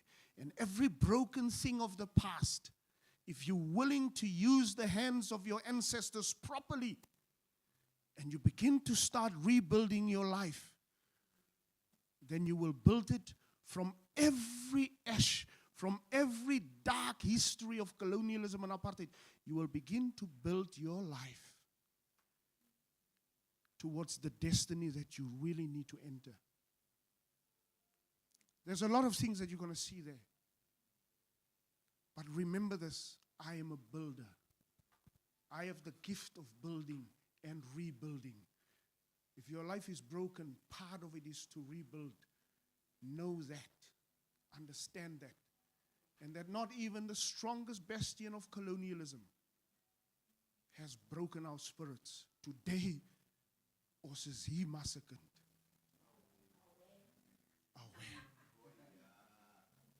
En hier gaan ons staan. Here we're going to make our stand, even if this must be our last stand. Call me what you want to call me. In closing to that part, why is it so important? Because the Kwekwe, the Horanai Kona, the Horanai Kwa, daar was 'n groep van Boesmans, the Songkwa and the Kam. These people, their land has been stripped and taken away from them. But today when you walk into that, you will be walking on this sacred skin, which is also your body, which is the earth. You'll be walking on that sacred skin when you walk in there. And you will know that you will claim your healing from every evil that the government and every other system, economic system, political system, your poverty, that's economics, your social relationship, the fact that black, brown hate each other, you will restore that today. When you come out, your eyes need to see different. You're my brother, you're my sister. So don't let your coloredness let you get a big head. Wake up to your humanity. That's my appeal to you today. It's much bigger than the stories people make up about us. Much greater than that. The soul of our moms and dads lives in the soil upon which that building has been built. And so we got to claim back the brilliance. Claim back the brilliance and stand tall in that place. When you walk into that place, this is me. This is mine. I take it back and I make it good. Everything that was meant for evil, I turn it to good. The castle is the oldest legacy and the strongest legacy of colonialism. That's where you're going to go. That's the spirit that you'll be facing today. May you face it with dignity, with humanity, and say to every evil that is there, I will speak the truth to you. You've wounded us, but we will step into our wholeness. Do that today. Try it. Try it. May you have a good journey. I also want to ask, can I return to another space? So there's another space that you will go. No, people will see it. People will see it. So I just want to ask humbly. I just had a call to come to the office. So if it is okay with you, I ask permission to be excused. And also for all of you, is it okay that I can be excused? You must say yes so that my heart can feel good. I know it's heavy. I know it's heavy. I wanted to go with you there because there's lots there, especially in the dungeon. There are 2 dungeons. People don't tell the truth about those dungeons. Under the castle, there are rivers, living rivers. There's fresh water. Cape Town struggles with water, but every day, millions of liters of water runs into the ocean. And so there's deep things, the living water, streams of living water will flow through your inner being. I want you to catch those things, but we can talk about it tomorrow morning. Thank you very much. Thank you so much. Oh, so we have asked the caterer to just pack, our lunches in packs. So Ashwin, are we good? We're ready. So I'm gonna ask if we can so you will go and pick up your lunch pack, and then we will move to the castle. Okay? So the same arrangement, if there's anybody that needs transport, so the parking is probably better, now, because the parking is it, what is that? In the back. You know where it is, in the back. Opposite the Universal Church is that drive-in section there. That's where the parking is. So we will then just go and we will do the same like yesterday. We will be met by the CEO of the castle, Mr. Calvin, and then, he'll introduce whatever, and then we will go to the Camisa Museum. So, and then we will just, like we've done yesterday, just have a circle, just to bring ourselves together before we leave and go and wash ourselves, shower ourselves. I mean, you know what you need to do in terms of self-care. And then we will reconvene tomorrow morning again, God willing, here. Yes? Did any of those ghosts from the Dutch Reformed Church go home with you? Yes, they don't follow us. We are too strong. Okay, so if we can just gently, move, take all your stuff, because we're not coming back here today. And then we will meet each other. They are waiting for us, on the other side. So we're going straight there.